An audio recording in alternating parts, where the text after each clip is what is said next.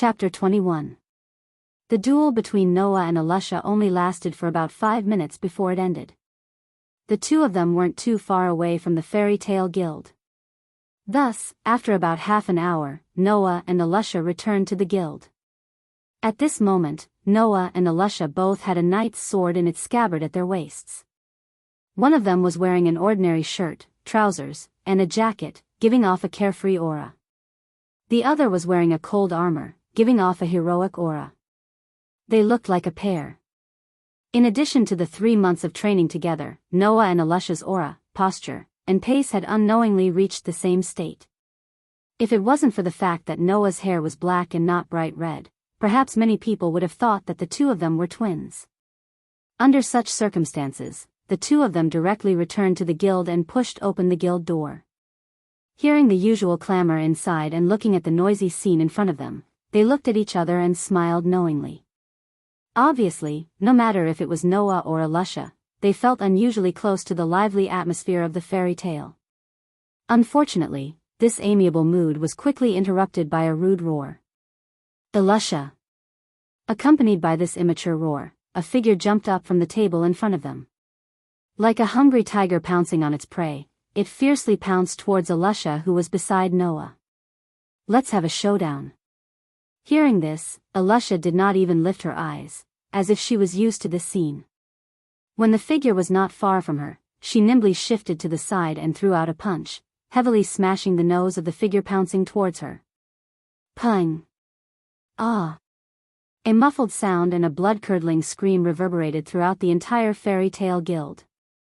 The figure that had pounced on Alusha was also sent flying to the side like a large piece of trash. Noah, who was standing beside Alusha, was not as expressionless as Alusha, who did not even lift his eyelids. However, when the figure pounced towards Alusha, he calmly took a step back. Thus, the figure that was supposed to hit Noah flew past less than 10 centimeters in front of Noah, fiercely smashing into the wall not far away. Pung! Immediately, a hole was smashed into the wall. The figure that pounced towards Alusha was directly embedded into the wall, its eyes rolled back, mouth wide open, and slowly slid to the ground, smoke rising from its body. Really? At this time, Alusha finally sighed. I don't really want to fight today, so let's not duel. Can you not wait until you're done fighting before saying this? Noah could not help but cover his face. He then looked at Gray, who was only wearing a pair of shorts and had circles in his eyes. He felt that he had no strength left in his body. Also, Gray, I think it's necessary to put on clothes first before proposing a duel, at least when your opponent is a girl. Stop nagging. Gray, whose eyes were still in circles, could only lie on the ground and moan with tears in his eyes. At this time, a voice sounded from the corner of the guild. So strong. Hearing this unfamiliar voice, Noah and Alusha both immediately looked towards the direction of the voice. They saw that in front of the guild's bar, a little boy who looked about 10 years old, younger than Noah and Alusha, with rare cherry-colored hair and a thick scarf around his neck, was standing there. There was a luggage bag beside him, and it was obvious that he had just arrived at the guild. Hey! What's your name? The cherry-colored little boy was very excited and jumped, pointing at Alusha, and said this unceremoniously.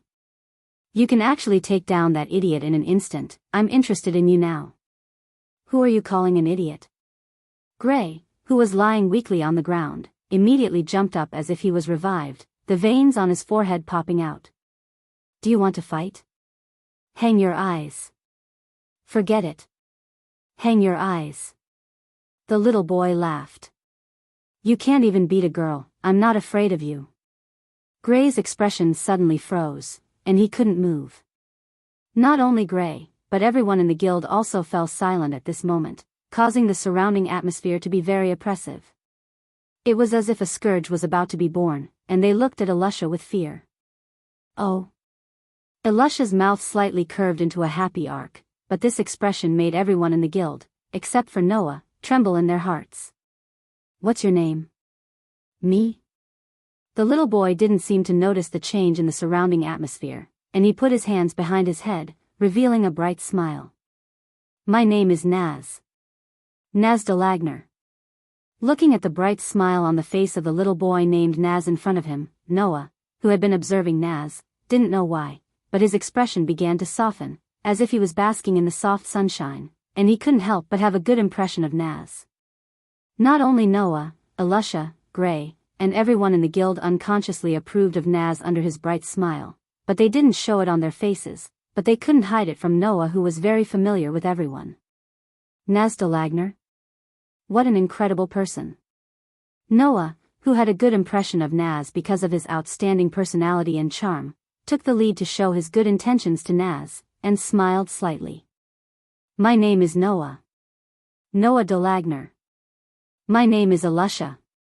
Elisha Shukalito. Noah and Elisha. Naz, who was extremely arrogant just a moment ago, raised his fingers and counted to 2 before smiling happily. Ignir, I've remembered 2 more names. Ignir? Noah asked curiously. Who is Ignir? Hearing these words, Naz puffed out his chest and said proudly. Egoniel is my father. He is the strongest dragon in the world. Dragon? Everyone in the fairy tale guild was collectively speechless. Dragon? Noah froze for a moment, then said in an uncertain tone. Naz, you mean, your father is a dragon? Yes. Seeing everyone in the guild showing a doubtful look, Naz shouted angrily as if he was insulted. I'm not lying. My magic was also taught to me by Egoniel. It's called Dragon Slayer magic. Everyone in Fairy Tale looked at each other in dismay. Although there were many excellent magic shooters in the Fairy Tale Guild, there were not many who were truly knowledgeable because of their style. However, they had heard of the Dragon Slayer magic. It was a magic that could transform the user's physique into that of a dragon, and was used to kill dragons. It was said that the magic shooters who used the Dragon Slayer magic would have the physique of a dragon. Their skin would be comparable to dragon scales, their claws would be comparable to dragon claws, and their teeth would be comparable to dragon fangs. They could eat substances that corresponded to the type of Dragon Slayer magic they practiced to recover their physical strength, magic, and increase their strength. Magic used to fight against dragons? Needless to say, it was definitely a very powerful magic. Such a powerful magic, and now, there was a child younger than Noah and Elisha saying that she knew it. Who would not doubt it? Besides, the Dragon Slayer magic was a lost magic, an ancient magic that had been lost. It was a super rare type in ancient times. Now that it suddenly appeared in front of them, who would believe it? Only Noah's expression gradually became serious after sensing the magic on Naz's body. Chapter 22. In Noah's perception, Naz's magic power was like a chemical substance. Every element that made up this chemical substance seemed to be clearly presented in front of Noah's eyes and imprinted into Noah's perception. Therefore, while the rest of the people in the Fairy Tale Guild were still skeptical about Naz's words, Noah almost believed Naz. To some extent, a person's magic power could also be seen as a person's aura. If magic power was compared to water, every individual with magic power was a different kind of water, but water was still water. This would not change. However, in Noah's perception, Naz's magic power gave him a different feeling from others. How should he put it? If he had to make a metaphor, Naz's magic power could probably be compared to ink. Although ink could also be regarded as a kind of water, it was different from other water and definitely had its own taste. However, it could not be drunk and had a smell that ordinary water did not have. Even its color was black. It could be seen at a glance that it was different from water. Now, Naz's magic power gave Noah this feeling. Even if it was still water, it was obviously different from the magic power of ordinary people. It was very special. Of course, there was nothing strange about it being special. After all, Naz learned the lost magic that had been passed down from ancient times and even lost. It was not unusual for his magic power to be different from others. It was extremely special. However, Noah couldn't ignore it. There was no other reason. It was just because the feeling that Naz's magic power gave Noah was too similar to the feeling of magic power that Noah felt from Lax's. It was the kind of magic power that seemed to hide a beast in his body. And Naz, who had this feeling of magic power, was the owner of Dragon Slayer magic. Could it be that Lax's, just when a guess arose in Noah's mind, at the entrance of the guild, an old voice echoed throughout the guild. What Naz said is all true. Under the gaze of all the members of the Fairy Tale Guild, Makarov walked in from outside and said such a surprising sentence. Naz is indeed a magic shooter who learned the Dragon Slayer magic of fire. In other words, Naz is a magic shooter who slays dragons. Magic shooter who slays dragons. Everyone looked at Naz, who looked like he was about to cry just now, but now had a proud face. Is that true? Magic shooter who slays dragons?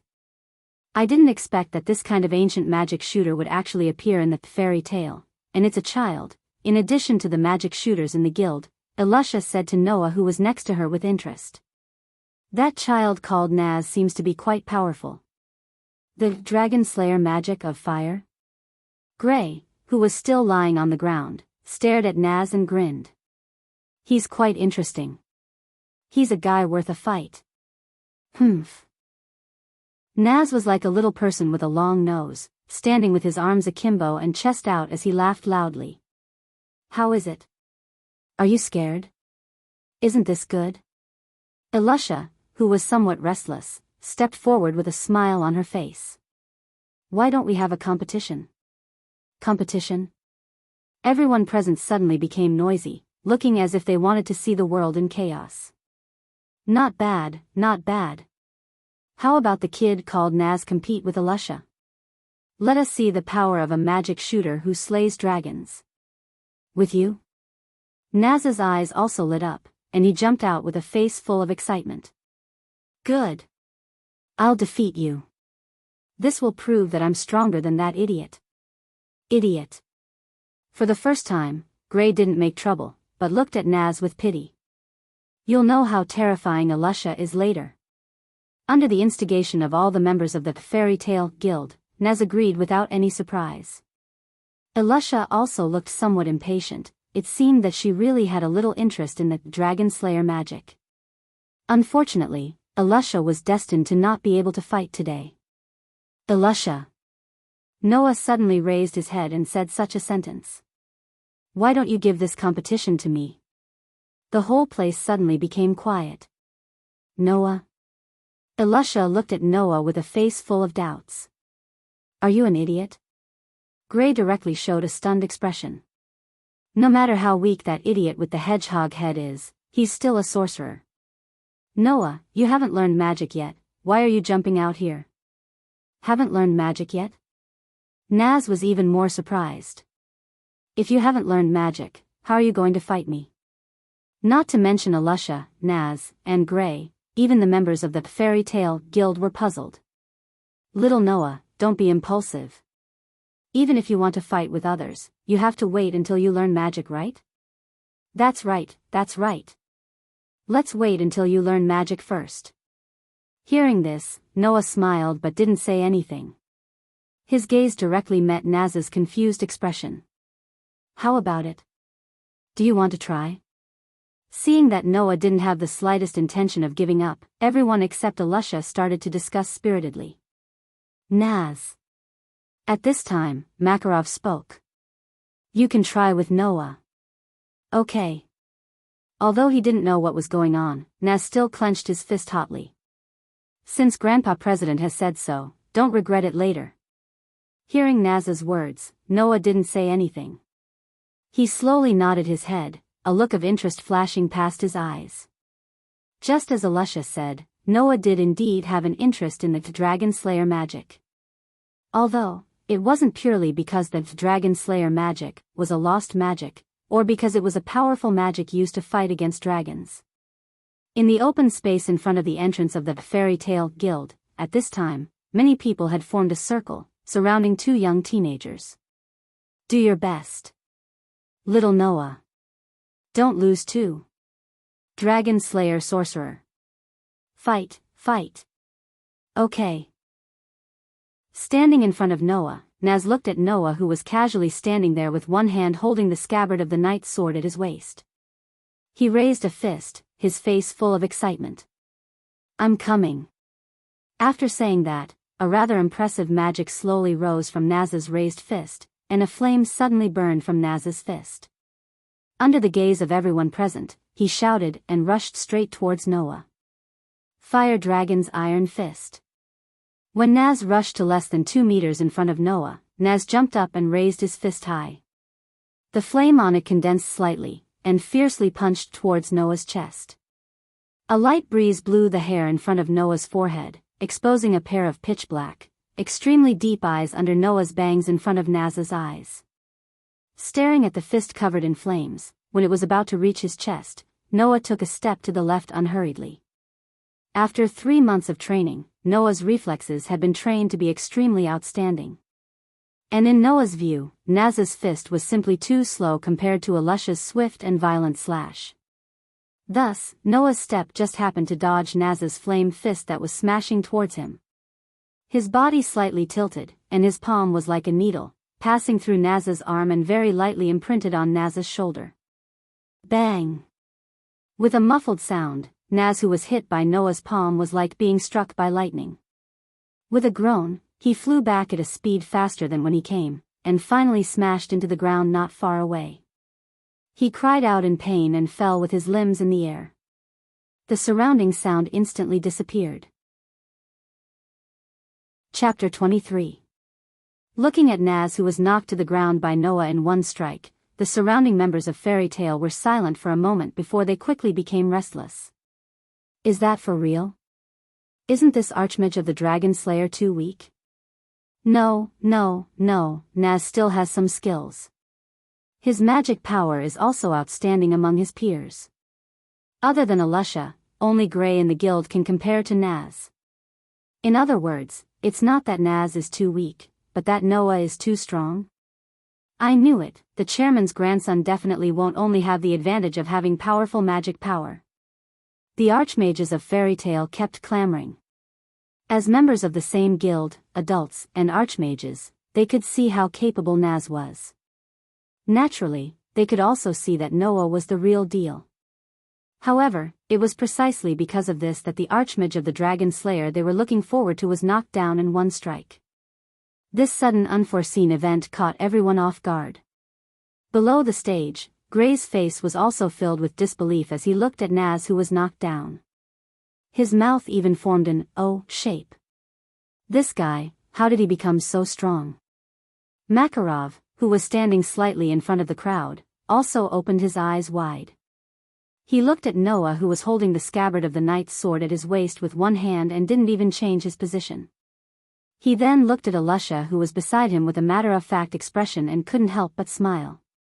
He's grown up. The surrounding clamor seemed to have woken Naz up. He flipped over, stood up, and fiercely glared at Noah. You actually dared to lie to me? Huh? Noah said blankly. When did I lie to you? You. Naz exclaimed in exasperation. You lied to me when you said you didn't know magic. First of all, I didn't say that. Second, even if I did, I didn't lie to you. Noah raised his hand and flipped it over, not knowing whether to laugh or cry. What I just used was just a very ordinary attack. It didn't even have a bit of magic. You can't be saying that this is magic, right? Naz choked, and then a burst of anger rose in his heart. Are you trying to say that you can beat me even if you don't know magic? Following Nazi's roar, a scorching flame suddenly ignited from Nazi's body and covered his entire body. Looking at the slight distortion of the air around Nazi, the temperature was definitely not low. It was much stronger than the fire fist that Nazi used just now. This change made the surrounding people cry out in surprise. Even Noah was surprised. He could clearly feel that with the anger on Nazi's face, the magic power in Nazi's body had more or less grown. Even the flames on his body had become much more vigorous, as if all the emotions in his heart had been transformed into flames. Nazi's Dragon Slayer magic can actually change according to Nazi's emotions? Is this the ancient lost magic? Watch me beat you down. Nazi was like a creeping cheetah.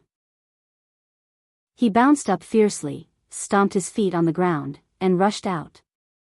The flames on his body pulled out a long fire tail, rendering Nazi, who rushed out like a flaming meteor. Wherever he passed, stone chips and dust flew in all directions, and the temperature in the air rose sharply. Even Noah felt that his face had become a lot warmer. In the exclamations that had not yet dissipated, Nazi, who had turned into a flaming meteor, quickly rushed to Noah. The flames on his body gathered together, and he charged at Noah and slammed into him. "Watch me. Fire Dragon Sword Horn." The sudden surge in strength made Nazi's attack bring about a strong oppressive wind, which made Noah's expression slowly condense. However, Noah didn't have the slightest intention of retreating. His right hand gently rested on the hilt of the knight's sword at his waist. Noah bent his body like a lion that was ready to attack. After a moment of silence, like an arrow leaving the bow, he didn't retreat but moved forward to meet the flaming meteor. Ha! Amidst the cold shout, a dazzling sword light suddenly appeared in the field under the shocked, astonished, and amazed gazes of the surrounding people. Like the waning moon at night, it seemed to be able to cut through space. Accompanied by a clear sword cry, it fiercely clashed with the flaming meteor. The expected fierce collision didn't appear. The waning moon-like sword light was like an illusory image. It directly swept through the flaming meteor as if it was cutting through water. In the end, it swept out from the end of the flaming meteor's fiery tail. After the waning moon-like sword light swept out from the end of the flaming meteor, the sword light and the flaming meteor strangely disappeared at the same time. It was as if they never existed in the first place. In the center of the field, Noah still maintained his posture with one hand on the hilt of the knight's sword at his waist. Nazi also maintained his posture like a creeping cheetah that was about to spring out. Both of them lowered their heads, and their expressions couldn't be seen clearly. It was as if nothing had happened. However, no one would believe that the scene just now was an illusion.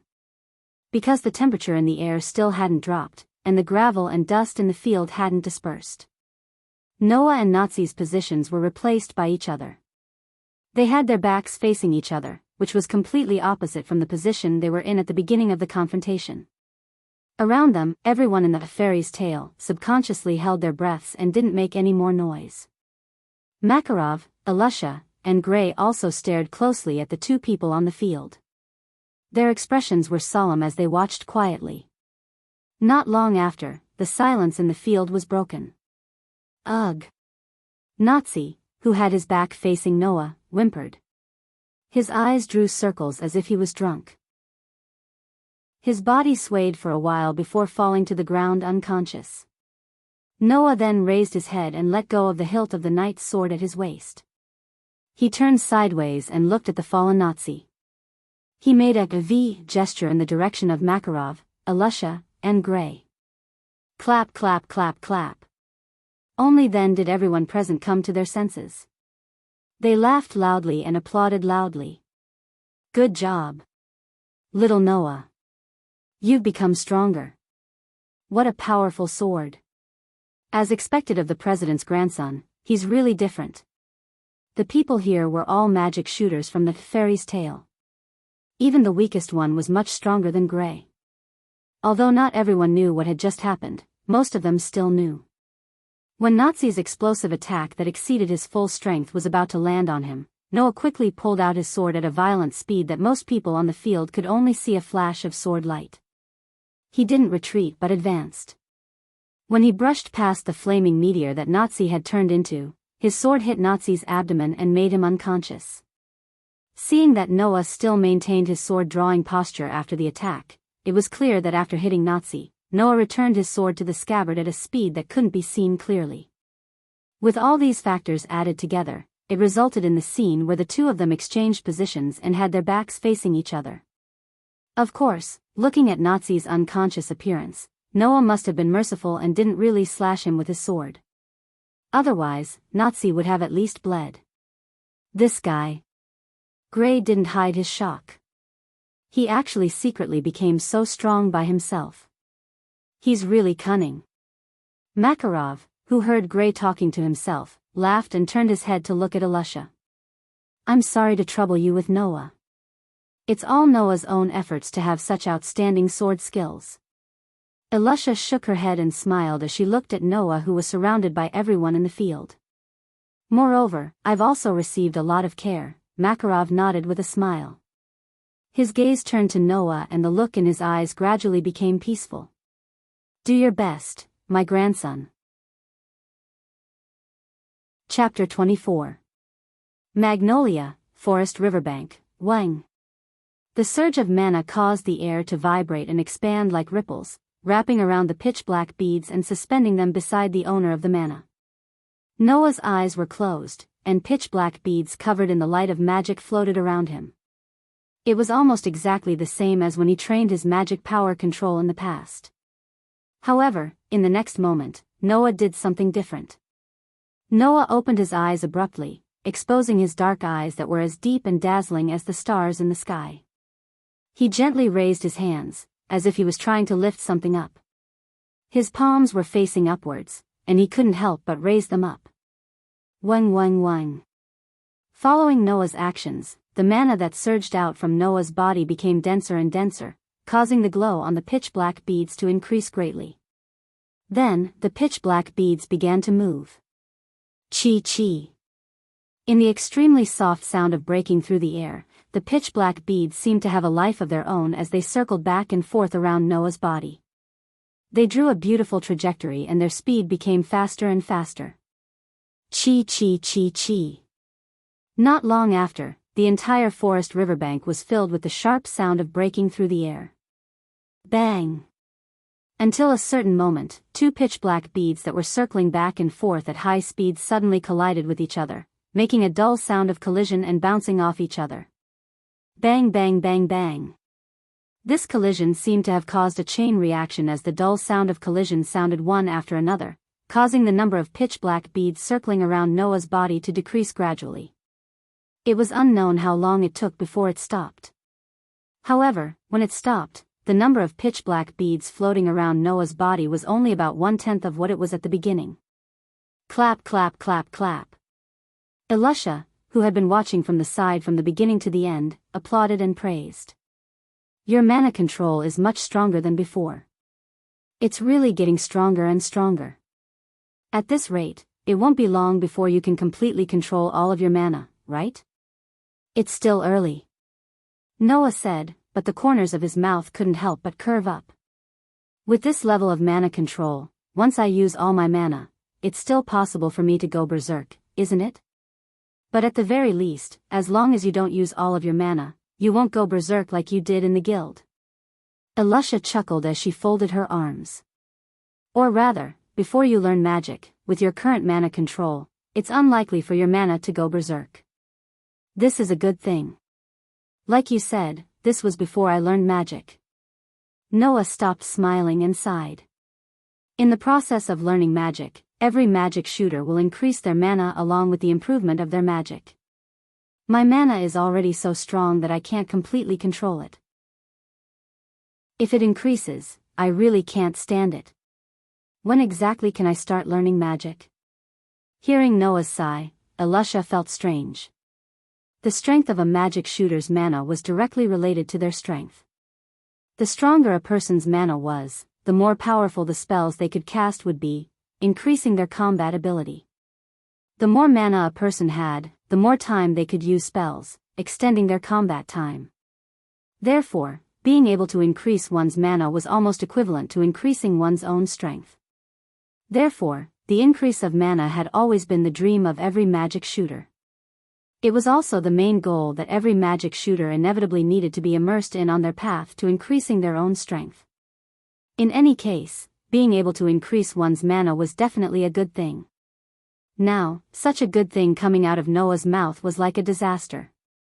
Perhaps, he was the only one in the whole world who was like this. While feeling this way in her heart, Elisha said to Noah. The president also said that with your hard work, it's only a matter of time before you can fully control your powerful magic. Learning magic is only a matter of time. Moreover, even if you don't know magic, you're not completely powerless now, right? Hearing this, some of the awkward feelings in Noah's heart disappeared. He couldn't help but reach out and tighten his grip on the knight's sword at his waist. The expression on his face finally looked better. Today's training will end here. Elisha looked at the sky. It's time to show up in the guild. Noah nodded indifferently and walked in the direction of the guild with Elisha. Go to hell. Hang your eyes. You're the one who's going to die. Hang your eyes. When Noah and Elisha pushed open the door of the fairy tale guild and walked into the bar, two familiar voices filled with passion and anger sounded. Then, a series of crackling sounds of something being smashed and thrown could be heard. Although they didn't see the interior of the guild clearly, Noah and Elisha almost instantly knew what happened when they heard these voices. They looked at each other and sighed. Pervert. Hedgehog head. Exhibitionist. Stuffy bastard. Along with the extremely low level of curses, in the bar on the first floor of the guild, Naz and Gray were wrestling with each other as if they had a life and death feud. Whether it was Naz or Gray, both of their faces were more or less bruised. Seeing this scene, not only did none of their companions in the guild come forward to stop the fight, they instead shouted as if they were watching a show. Even Makarov was sitting at the bar, drinking and sighing. It's so good to be young. Seeing this, Noah sighed again. Elisha understood. Elisha stepped forward expressionlessly and came to the side of Naz and Gray, who were wrestling with each other. They didn't notice Elisha approaching them. She stretched out her hand and accurately pressed Naz and Gray's heads. Stop it now. After saying that, Elisha directly pushed Naz and Gray apart.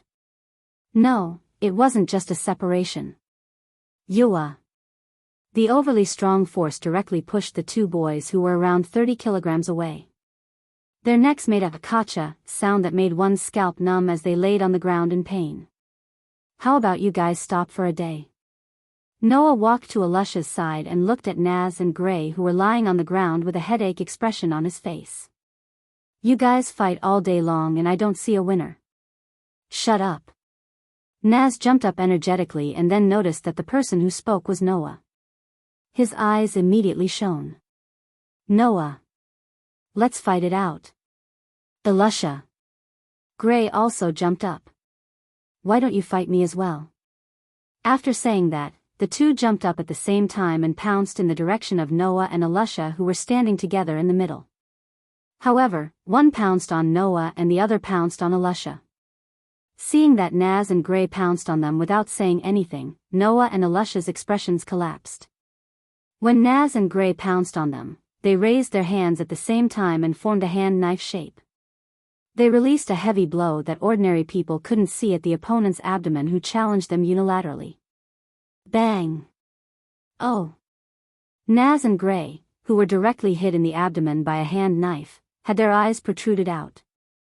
After their bodies froze for a while, they softly fell to the ground and couldn't get up anymore. Ha ha ha ha. The people around them all laughed exaggeratedly. Naz and Gray were fighting and were immediately stopped by Elisha. After that, the two were unwilling to be outdone and challenged Noah and Elisha at the same time. However, they were knocked down by Noah and Elisha in one move. Now, it happened almost every day. Should I say, is this really the style of this guild? Chapter 25.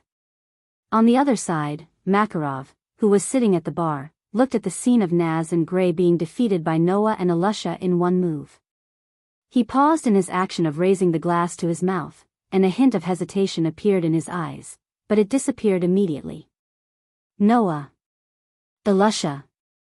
Makarov, who had made up his mind, put the glass in his hand on the bar next to him, and waved to Noah and Elisha. You two come here, I have something to say to you. Noah and Elisha, who were about to preach to Naz and Gray, were startled at the same time. They looked at Makarov with a puzzled face, and habitually looked at each other, seeing the puzzlement and curiosity in each other's eyes. Noah, who came to Makarov with Elisha, tilted his head and asked, Grandpa, what's wrong? Is there anything we can help with? No, it's about your own matters.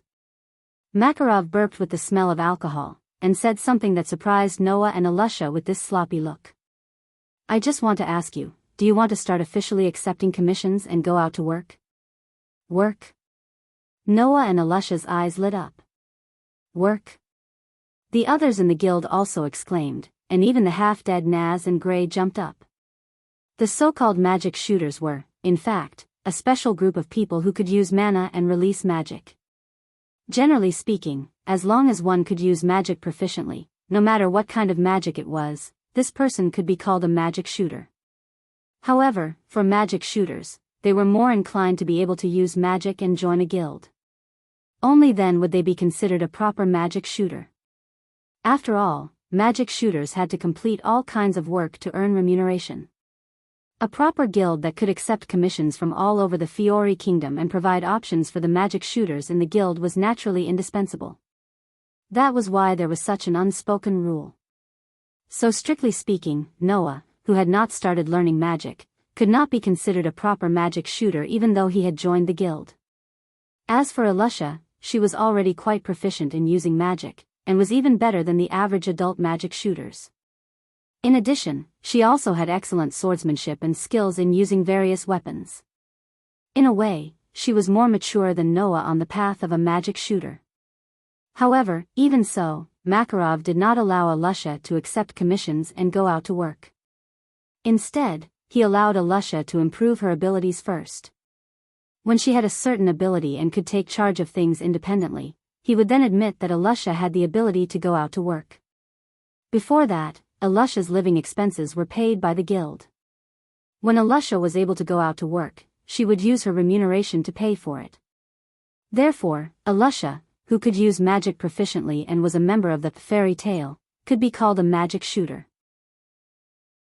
However, to the internal members of the guild, a child who could not work was naturally not considered a mature magic shooter. Even Alusha was like this, not to mention Noah, who had not started learning magic. Now, Makarov's words were admitting that Noah and Alusha already had the ability to accept commissions, go out to work, and take charge of things independently. How could Noah and Alusha not be happy? How could the rest of the fairy tale not be surprised? After all, even Laxus waited until he was 13 years old before Makarov admitted that he had the ability to take charge of things independently and allowed him to accept commissions from the guild and go out to work. Grandpa. Thus, after the excitement, Noah, who had calmed down first, had a look of worry on his face. Is it okay to let us go out to work now? Hearing Noah's words, Alusha, Naz, Gray, and the rest of the guild reacted.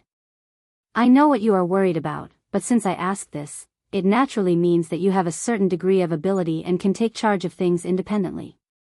Otherwise, how could I allow you to go out to work so easily? In front of everyone in the guild, Makarov jumped down from the bar counter and put his hands behind his back. He raised his head and looked at Alusha. Alusha, although your equipment-changing magic is very common, your mastery of magic is not inferior to some of the magic shooters in the guild. Moreover, you have outstanding swordsmanship. Even the magic shooters in the guild do not have this ability. The average magic shooters are no longer your opponent. After saying this, Makarov looked at Noah, who had been staring at him, and smiled until his eyes narrowed into slits. As for Noah, although you have not officially started learning magic, you have already developed swordsmanship that is not inferior to Alusha's in this period of time. Even if your ability is not as good as Alusha's when she goes all out, it is not far off. Makarov vaguely glanced at the knight's sword that he had given to Noah at his waist. He made up his mind and nodded at Noah. In the situation where you have not yet learned how to use magic, you already have the ability that the average magic shooters cannot compare to. Accepting missions and going out for a walk can also broaden your horizons and increase your experience. It will be of great importance to the progress of your ability in the future. Therefore, you should also have some confidence in yourself. Hearing this, Noah fell silent. President. After a while, Alusha spoke with a stern expression. Please let me go out to work. It seemed that Alusha had already made her decision. And Alusha's decision also made the trace of hesitation in Noah's heart disappear. He took a deep breath and nodded at Makarov. Grandfather, no, President, I have also decided to officially accept missions and go out to work. Please allow me. Very good. Makarov grinned. Then, from today onwards, the two of you officially have the right to accept missions and go out to work. The mission form will be posted on the mission board. You can take a look at it yourselves. If you like it, just tear off the form and come to me to go through the procedures. Yes. Seeing that the two youngest magic shooters in the guild were born just like that, everyone in the guild sent their blessings. Although Noah and Alusha were still young, their strength was obvious to all. They could deal with Naz and Gray, who were only 1 or 2 years younger than them, cleanly every time. In addition, there were a few duels from time to time. Everyone also admitted that Noah and Alusha had the strength to rival real magic shooters. Go out to work? Naz shouted with a face full of excitement. It sounds pretty good. It's still too early for you. Gray's eyes were also filled with envy, but more of it was sarcasm toward Naz. If you accept the mission, I'm afraid that even the client won't care about you. What did you say? Droopy eyes idiot. I'm talking about you. Droopy eyes bast *RD. In an instant, Naz and Gray, who were filled with envy and jealousy, started fighting again. Let's start with simple missions at the beginning. Makarov advised after explaining some of the necessary precautions to Noah and Alusha. After all, you're still young and inexperienced. Even if you're willing to take on high-level missions, the client won't be willing to hire you. Let's start with simple missions, preferably those that are more suitable for you. Noah and Alusha nodded one after another, which made Makarov smile. Of course, you can also choose to team up first. It's good to have a companion by your side. Team up? Noah and Alusha looked at each other at the same time, and then, as if they saw through each other's heart, they smiled tacitly. Not for the time being. Noah gave the answer directly. Grandpa, you just said that we have to familiarize ourselves with the work first, so let's do it alone for the first time. Of course, we'll start with simple. All right. Makarov didn't object. Noah and Alusha said a few words to each other and found their favorite missions. Chapter 26. Fairy Tale was the #1 magic guide guild in the Fiori Kingdom. In terms of scale and strength, there were less than 5 guilds in the Fiori Kingdom that could compete with Fairy Tale. Naturally, Fairy Tale would receive many quests from all over the Fiori Kingdom every day, and there were all kinds of quests. Noah, who was standing in front of the quests, saw simple quests such as finding some items, chasing away thieves or hooligans, slightly difficult quests such as removing curses that required the use of magic, and even more difficult quests such as annihilating illegal magic shooter organizations and harming magical creatures, etc. Generally speaking, the harder the quest, the higher the reward. Needless to say, the more life-threatening the quest, the higher the reward would be. However, these quests were not within the scope of Noah's consideration, as he had just been able to go out to work. After discussing with Alusha, the two of them decided that the difficulty of their first quest could not be too high, and it could not be too far away. Otherwise, if they were alone, there would be all kinds of trouble. Whether there would be danger or not, there was no guarantee in terms of efficiency. Therefore, those quests that required them to go to distant places and were more dangerous, as well as those quests that required the use of magic, were all eliminated by Noah. Alusha had unknowingly torn down a list of quests and went to Makarov to receive the quest, preparing to go out to work. Noah, on the other hand, looked at the list of quests for a while before fixing his gaze on one of them. He stretched out his hand and tore down the list of quests. Have you decided? Makarov, who had been standing behind Noah, nodded his head when he saw the quest that Noah had chosen. This quest seems a little strange, but the difficulty shouldn't be too high. However, you still have to be careful. If you find that you can't solve it, or if you feel that it's dangerous, don't try to be brave and just give up the quest. You're still young. Hearing Makarov's words, Noah nodded, but his hand tightly grasped the letter of commission in his hand. His heart was slightly surging. The blue sky was boundless. The green field full of vitality was bottomless. In the endless green field, at the end of a walkway, an 11 or 12-year-old boy was carrying a long cloth bag on his shoulder, as if he was carrying an ankle-length backpack. He carried it on his shoulder strap with one hand and held a piece of paper with the other as he walked forward. Along the way, many people who were grazing in the green field cast curious, doubtful, and scrutinizing gazes at the young man walking on the walkway. Perhaps they were all wondering in their hearts, which family's child had gone missing. In fact, along the way, Noah did encounter many kind-hearted people who came to ask if they were lost, or if they were touched by human traffickers who came out of nowhere, making Noah feel quite helpless. However, this kind of encounter ended here. At a certain moment, Noah came to a halt and looked ahead. A village.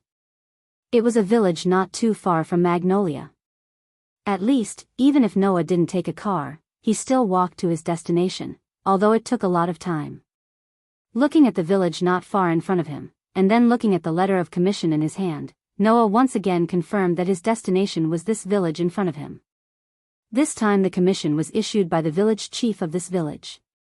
Generally speaking, the commissions issued by a small village like this were either to chase away some wild beasts or bandits, or to search for medicinal herbs and medicinal materials for curing diseases. There were very few commissions that were difficult or dangerous. Therefore, Noah chose to accept the commission issued by this village. Of course, Noah also confirmed the content of the commission. How to put it? He didn't know if it was difficult or not, but he didn't know if it was easy or not. Anyway, it was a little strange. With this kind of feeling, Noah was led by a villager to a house and met the village chief. The village chief was an old man, perhaps even older than Makarov. He leaned on a cane, bent over, and his white beard dragged directly to the ground. The old man first sized up Noah, then said in a long tone, "Welcome, guest from a fairy tale." Seeing this, Noah couldn't help but look at the old man in front of him a little higher. Just now, Noah clearly saw a trace of suspicion in the old man's eyes. Obviously, the old man was puzzled that the magic shooter who came to his village to solve his village's problem was actually such a young child. But even so, the old man didn't say anything, nor did he want to confirm anything with him. First, he expressed his welcome, and didn't have the slightest bit of dissatisfaction because of his young age. Noah didn't know if the old man chose to believe in his ability to complete the mission because he was a member of Fairy Tale, or if the old man wanted to use peaceful means before resorting to force. In short, the old man didn't make things difficult for Noah at first, which made Noah feel a lot more relaxed. Although the key to activating the Ritual Lake mission was Noah, the contact, conversation, and negotiation with the client was basically done by Laxas. Because of this, strictly speaking, this was the first time Noah was working independently, and he couldn't help but feel a little nervous. The old man's actions dispelled this little bit of nervousness, and made Noah's heart feel lighter, and he greeted the old man. "Hello, village chief, I am a magic shooter from Fairy Tale, and I am here to help you solve your problem." "Thank you very much for your help." The village chief nodded his head very slowly. "Although the scale of our village isn't big, we still provide 1 or 2 inns for guests on the journey. If there is a need, we will entertain you for free. Do you need to rest first? It is indeed a little late now, and not very suitable for work.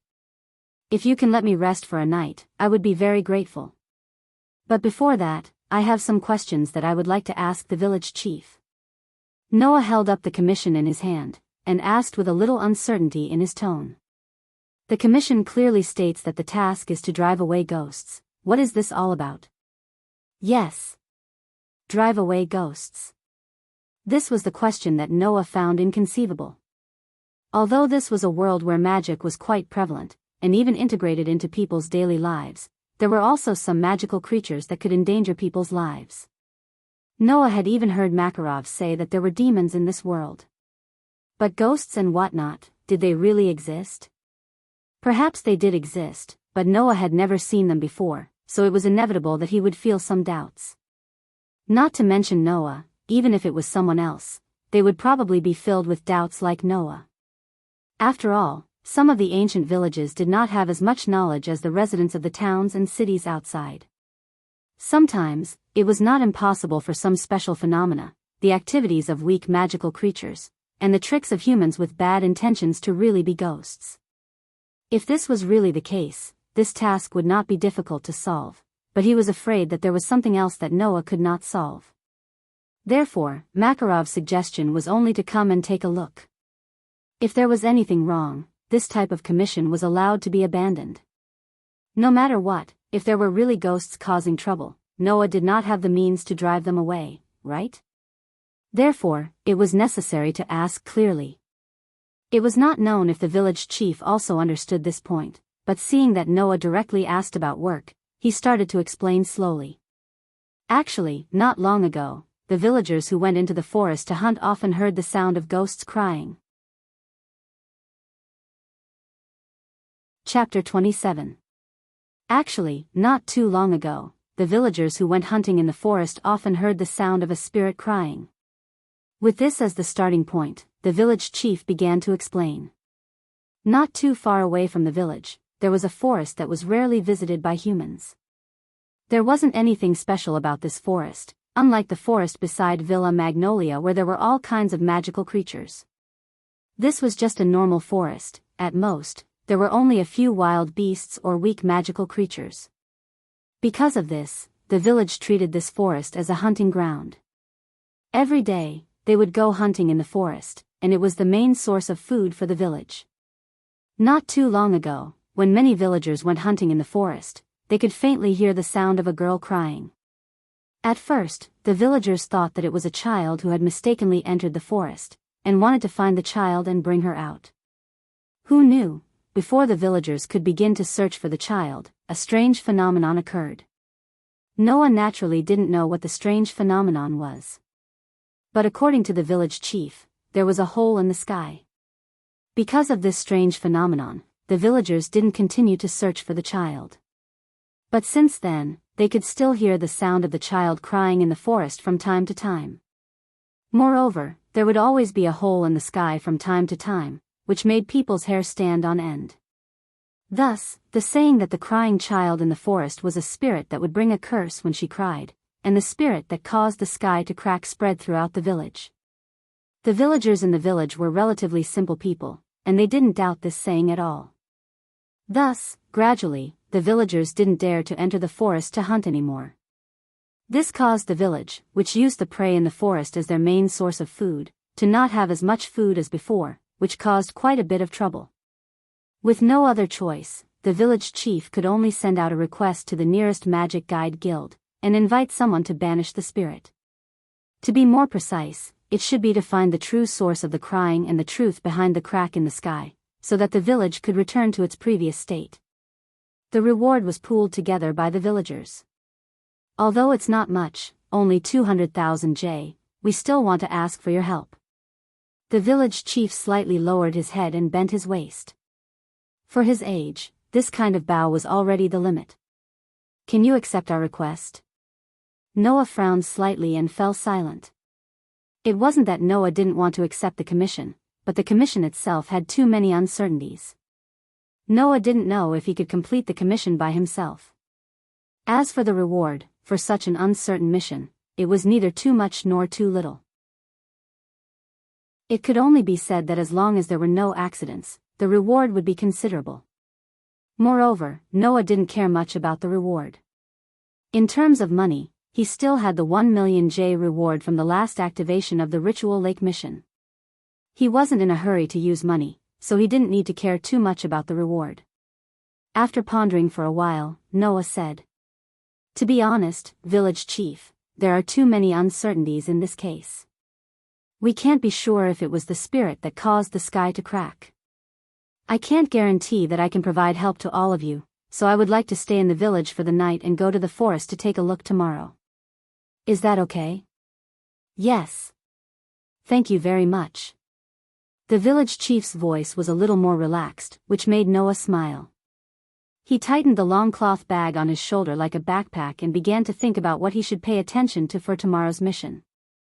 As a village, although the scale of this village wasn't big, it wasn't very backward.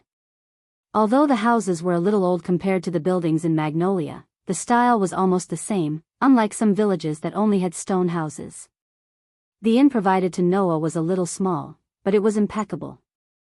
There was nothing to complain about.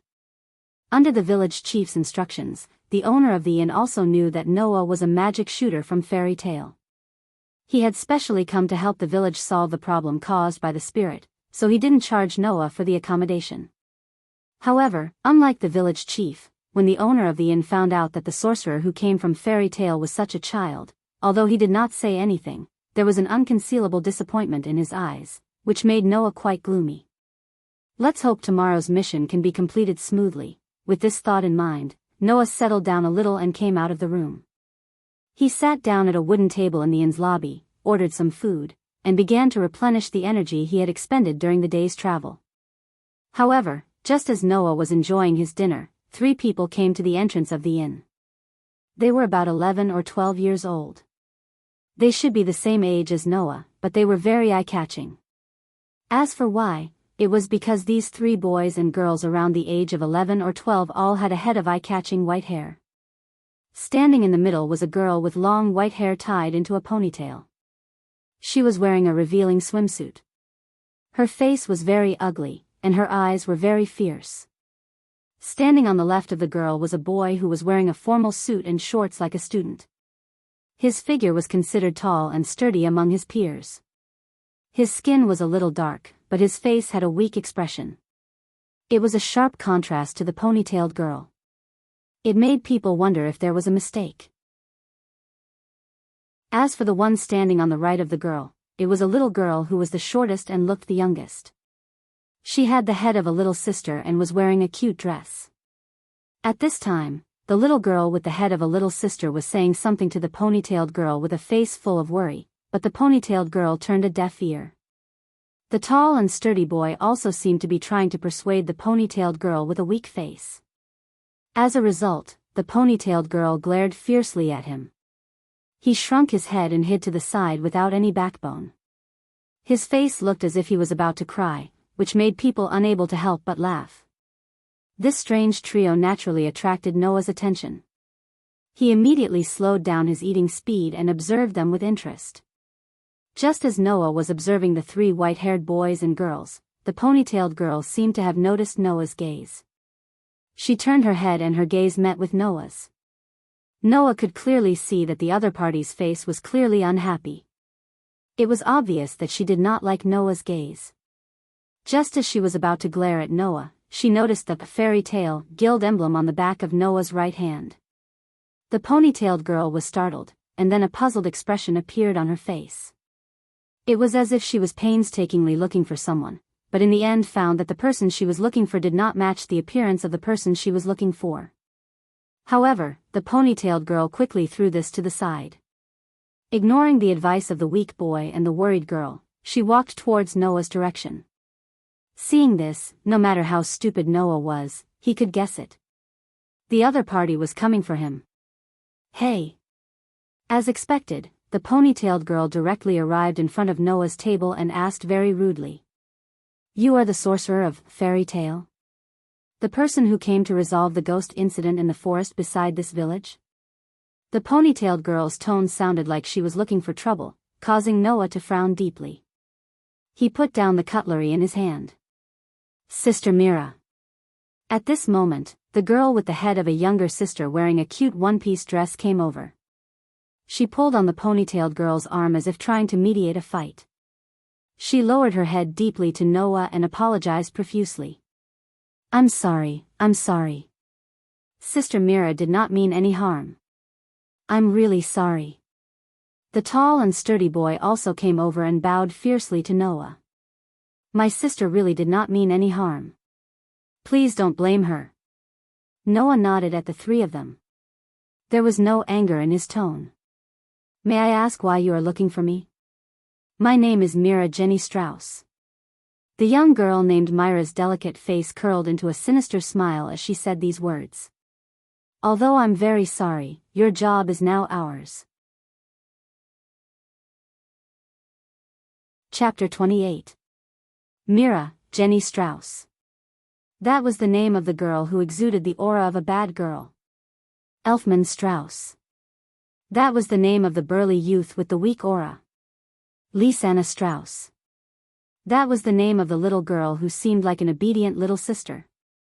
It was easy to tell the relationship between the three just by looking at their surnames.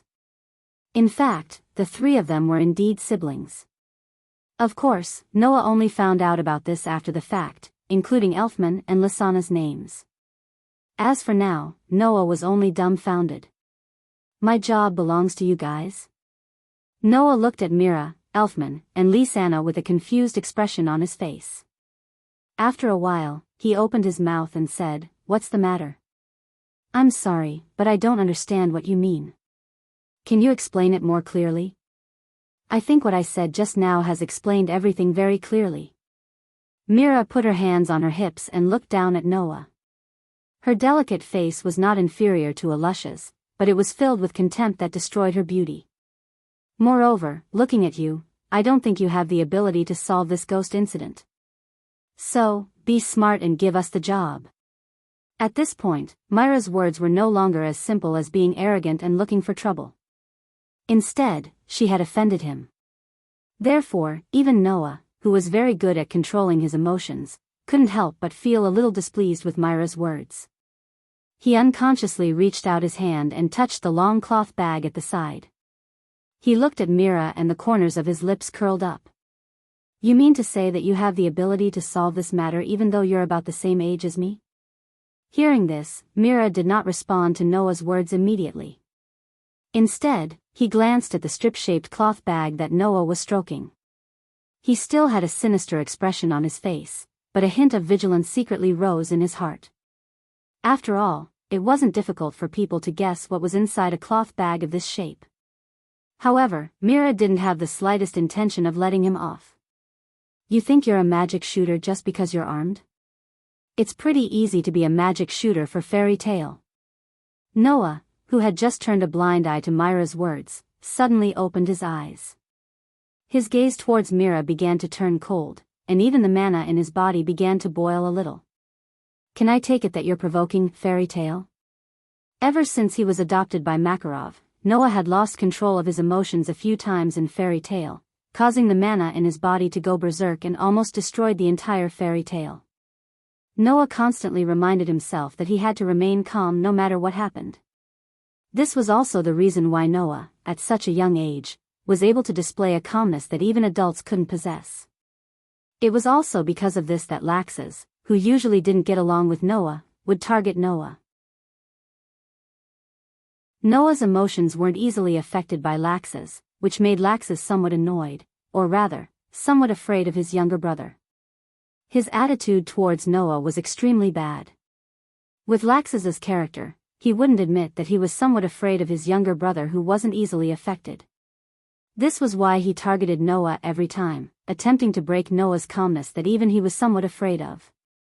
Therefore, if Laxas was present, he would definitely know that there were only 3 factors that could affect Noah's emotions. The first was regarding Makarov, who had raised Noah. The second was causing harm to the people close to Noah. The third was any insult to the fairy's tale. It could be said that Myra's words had unintentionally triggered Noah's emotions. Mira seemed to have felt a flash of mana from Noah's body. Her heart tightened, and her body stiffened slightly. Although it was only for a moment, when she felt that flash of mana from Noah's body, a sense of danger arose in her heart. "Sister Mira." Lysana didn't seem to have felt anything. When she saw Noah's gaze turn cold, she hurriedly grabbed Myra's hand and lowered her head to Noah. "I'm sorry. I'm really sorry." "Please don't be angry," Elfman said with a nervous expression, but he still spoke up. "We really don't mean any harm. They were already here looking for trouble, and they still didn't mean any harm. If it was anyone else, they would have definitely lost their cool and started fighting with the trio in front of them." Fortunately, Noah wasn't someone who acted rashly. He took a deep breath and calmed his slightly fluctuating emotions, looking straight at the trio in front of him. "I roughly understand why you're here. You want to take on the mission issued by this village, right?" Mira snorted coldly and turned her head away, as if she didn't want to explain anything. Elfman nodded repeatedly, while Lysana seemed to be a little angry at her sister's actions. The 3 siblings' reactions were so different that Noah couldn't help but feel a little helpless. "I just want to ask." Noah stared at the trio in front of him. Were you sent by the ruler of the underworld, Phantom's lord? Ruler of the underworld, Phantom's lord? Mira, Elfman, and Lysana were all stunned, somewhat at a loss. Seeing this, Noah knew that the three siblings weren't sent by the ruler of the underworld, Phantom's lord.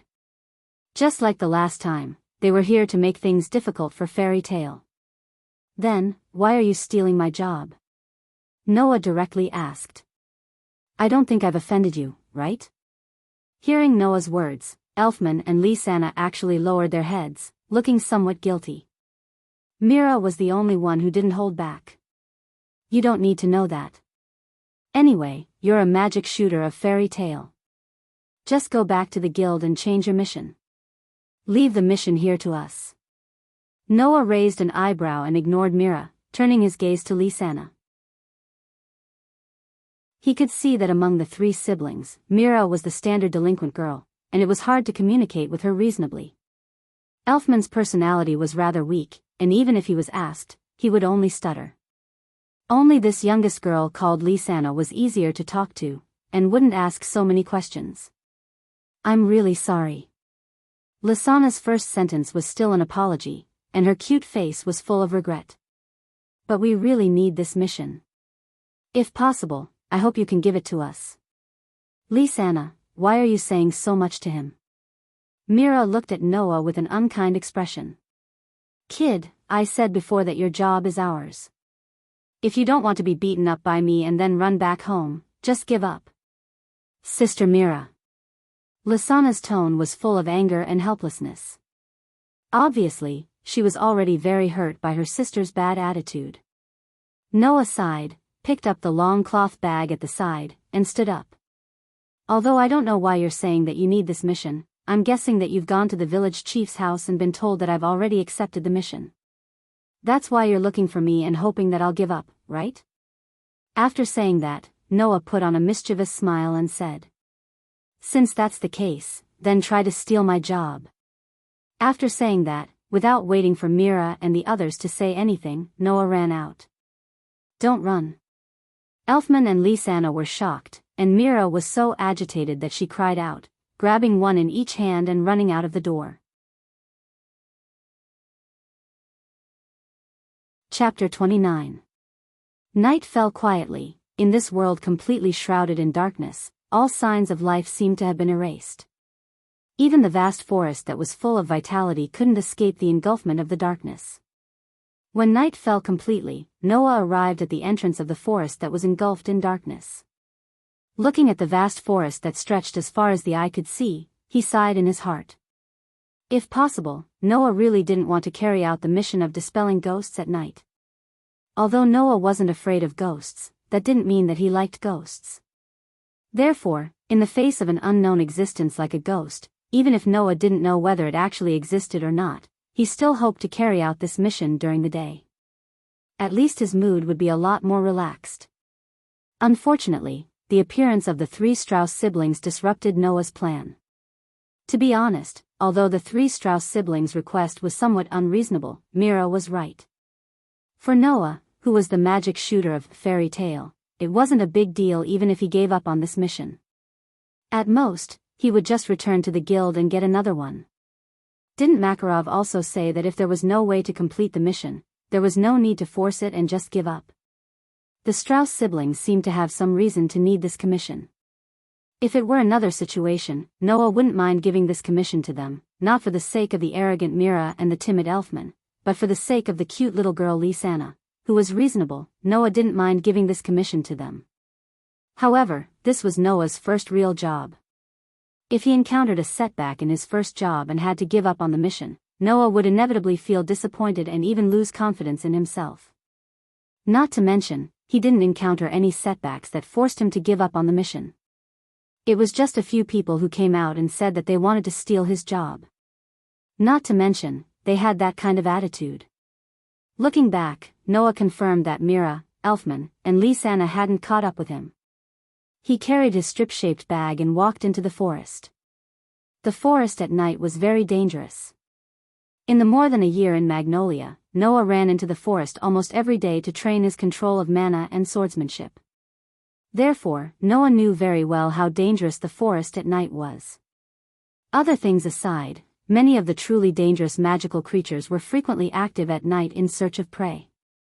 Coupled with the restrictions of terrain and vision, the forest at night was often very advantageous to magical creatures.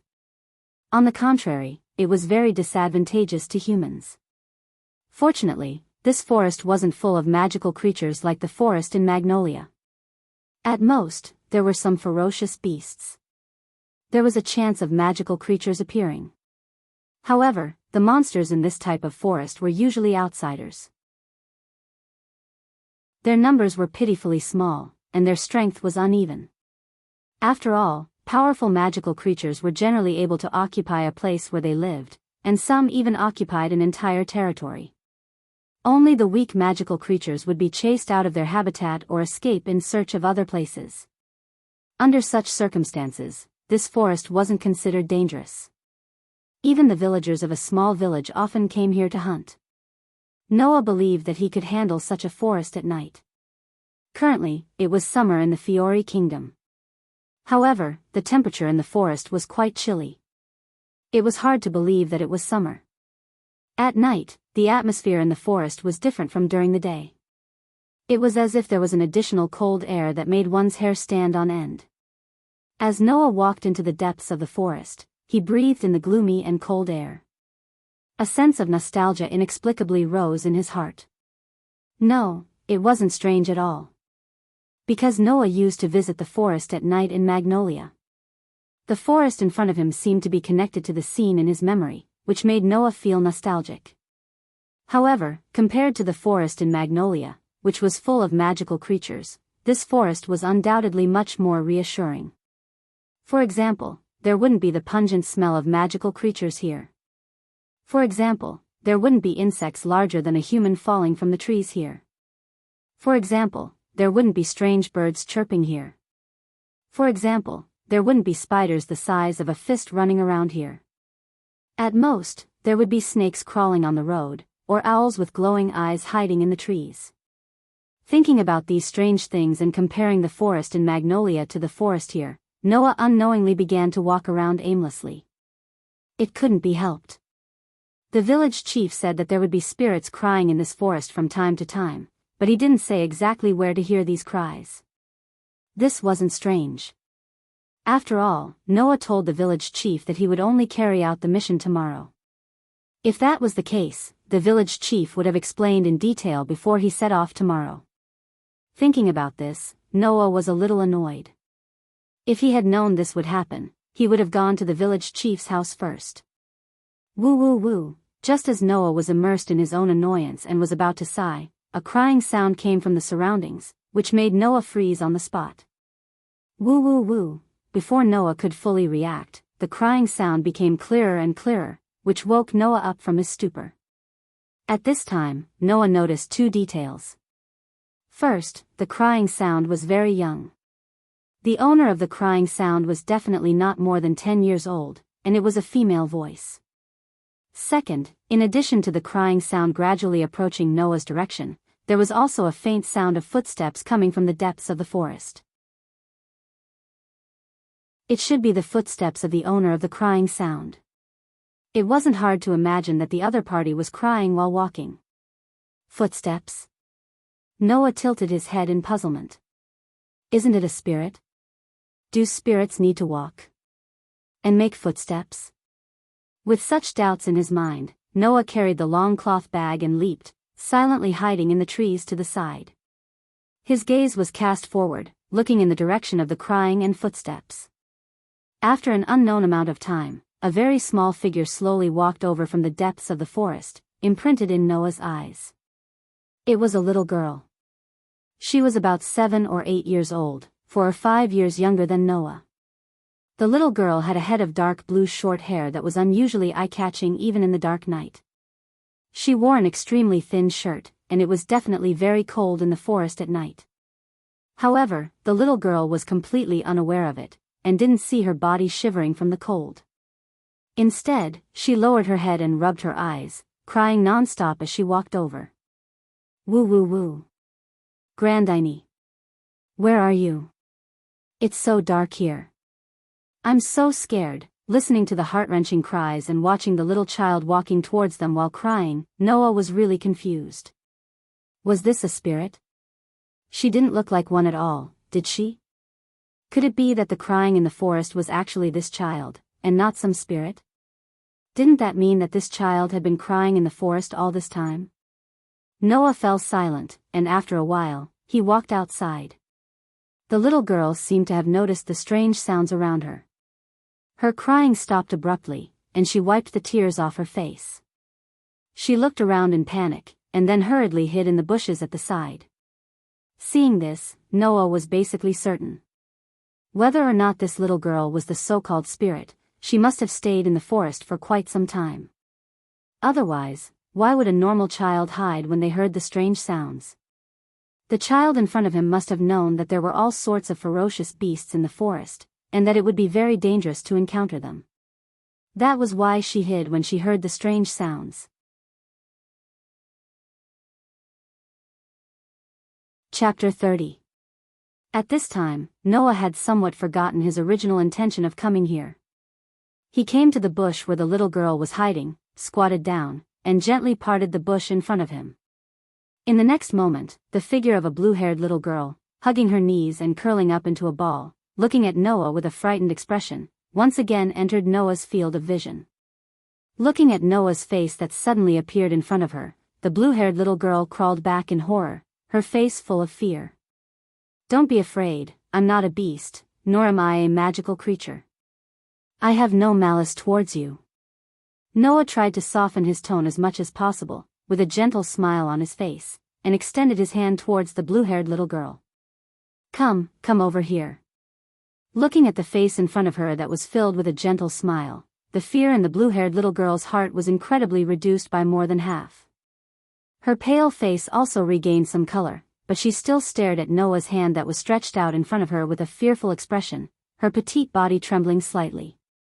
Noah didn't rush the other party, but maintained the appearance of extending his hand with a smile, waiting for the blue-haired little girl to react. He didn't show the slightest bit of impatience, allowing time to gradually pass. The blue-haired little girl secretly observed Noah like this, and seemed to have determined that the other party wouldn't hurt her. She timidly extended her little hand, trembling, and placed it on Noah's extended hand. At the moment of contact, Noah and the blue-haired little girl both had different feelings. Noah felt that the little hand in the center of his palm was really too cold, so cold that it seemed to have lost the temperature that a human body should have, which made Noah very surprised. The blue-haired little girl had a completely opposite feeling, only feeling that the palm that embraced her little hand was really too warm, so warm that the blue-haired little girl couldn't help but have a trace of nostalgia. As a result, the blue-haired little girl's hand tightened uncontrollably, as if she was grabbing onto a life-saving straw. She held on to Noah's hand tightly. Under the night sky, in the forest, two children of different ages, one young and one old, held each other's hands tightly. In the absence of witnesses, they formed a bond that no one knew but was difficult to break. Late at night, in a quiet corner of the forest, a wisp of smoke floated into the sky. Carried by the wind, it drifted into an unknown distance. The blazing red bonfire emitted light and heat that dispelled the darkness and gloomy coldness. The game roasted beside the bonfire also emitted a fragrance that made one's stomach tighten. Beside the bonfire, the blue-haired little girl sat there, wolfing down the freshly roasted meat in her hand. Her little cheeks had already puffed up due to the excessive amount of food stuffed into her mouth. Along with her owners chewing, she moved little by little, looking extremely adorable. Obviously, the blue-haired little girl hadn't seriously eaten a full meal for a very long time. After coming to this conclusion, Noah also allowed the little girl to continue eating in a way that would make people feel cute while he sat quietly on the side, roasting the rest of the freshly hunted game while observing the blue-haired little girl. The blue-haired little girl's name was Wendy Mabel. This was also something that Noah just found out. It was believed that no one would think that such a child would be a spirit. The same went for Noah. Therefore, seeing Wendy eating heartily, Noah was also happy to continue observing Wendy. In the end, he still couldn't see any signs of a spirit from this cute little girl in front of him. Unknowingly, time passed quietly. Although it was obvious that she hadn't eaten a full meal for a long time, Wendy was still a child after all. Moreover, she was still a girl. Her appetite wouldn't be that big. After finishing the small game in her hand, she seemed to be full. Holding her small hands, Wendy secretly sized up Noah. After a long time, she mustered up the courage to speak with a voice as soft as a mosquito. Thank you, are you full? Noah shook his head and waved the roasted game in his hand. Do you need a little more? No. No need. Noah shrugged indifferently and stuck the roasted game in his hand beside the bonfire, then looked at Wendy. Then, Wendy, can I call you this? Wendy nodded her head, and then emphasized again. I'll call you Big Brother Noah, can I? If you don't mind, Noah scratched his cheek and asked. Then, Wendy, why are you here? Why are you crying so sadly? I've always lived here. Wendy's small face showed a sad expression, and her watery eyes began to moisten. I can't find my mother, I can't find Grandine. Can't find your mother? Noah sighed. In other words, you're lost, right? No. Wendy shook her head and said. I remember the way home, but Grandine is no longer there. Grandine suddenly disappeared and doesn't want me anymore. As she spoke, Wendy's moist eyes became misty. Drops of tears flowed out, and she began to sob. Even though Noah was usually able to control his emotions, he had never encountered a girl crying like this before. He was at a loss for what to do. He could only sit beside Wendy and pat her back, comforting her as if he was coaxing a child. Wendy, don't cry. Tell me what your mother looks like. I'll help you find her, okay? However, in the next moment, Wendy sobbed and said something that shocked Noah. Grandine is a dragon, a very, very gentle dragon. Dragon. Of course, Noah knew of such an existence. Wendy's mother was a dragon. Wasn't that the same as Naz, who was raised by a dragon? You. At that moment, Noah said to Wendy in astonishment. You're also a dragon slayer archmage? Also? This time, it was Wendy's turn to look at Noah with a tear-stained face, letting Noah understand. The little girl in front of him who was 4 or 5 years younger than him was most likely the second dragon slayer archmage other than Naz. It was also very likely that she had also learned the ancient lost magic that was used to fight against dragons, dragon slayer magic. Since when did such a powerful magic become so worthless? Noah only had time to feel this way in his heart. In the next second, a sudden phenomenon interrupted his thoughts. Rumble. In the sky, a deafening sound of thunder suddenly resounded. Ah! The timid Wendy let out a scream and threw herself into Noah's arms without hesitation. Noah only hugged the slender and soft body in his arms reflexively. He raised his head and looked at the sky. Then, his pupils suddenly shrank to the size of a needle tip. Rumble. Amidst the thunderous roar, the clouds in the sky that were shrouded in darkness suddenly rolled up. It was as if there was a whirlpool in the middle, constantly sucking in the surrounding clouds and gradually rotating. Gradually, the entire sky of the forest was replaced by a huge vortex of black clouds. The center of the vortex was faintly emitting light and emitting a shocking roar. This scene was as if there was a hole in the sky. A hole in the sky? Tightly holding Wendy in his arms, Noah's face was full of uncertainty as he stared at the vortex-like sky. Could it be that this is the curse-like phenomenon that was summoned by the cries of ghosts that the village chief mentioned? Thinking of this, Noah couldn't help but look at Wendy, who was shivering in his arms with a face full of fear. It seemed that Wendy didn't know what was going on with this strange phenomenon. Moreover, at the beginning, Wendy was also crying, but at that time, she didn't summon any strange phenomenon. Therefore, this strange phenomenon was definitely not caused by Wendy, at least not on purpose. At this time, the strange phenomenon in the sky changed again. Chapter 31. The whirlpool-like sky suddenly came to a standstill without any prelude. Even the center of the whirlpool was directly fixed there, and the light inside gradually dissipated at a speed visible to the naked eye. Seeing this scene, Noah, who was just thinking about whether to leave or not, was stunned on the spot. Who? Under Noah's gaze, in the sky, a gust of wind blew from the huge whirlpool, as if it was higher than the sky. To be more precise, it should be said that it was blowing down from above the clouds, stirring up the whirlpool-like pitch-black clouds. Looking at this scene in a daze, and at the entire irregular sky that was stirred up into a mess, Noah was at a loss. Although, in order to be able to adapt to life as soon as possible, when he was just adopted by Makarov, Noah also worked very hard to learn the culture and knowledge of this world. Not only did he learn all the words in a short 2 to 3 months, he also learned a lot of knowledge related to the magic world. But such a development had long exceeded Noah's scope of understanding. It was no wonder that Noah was at a loss.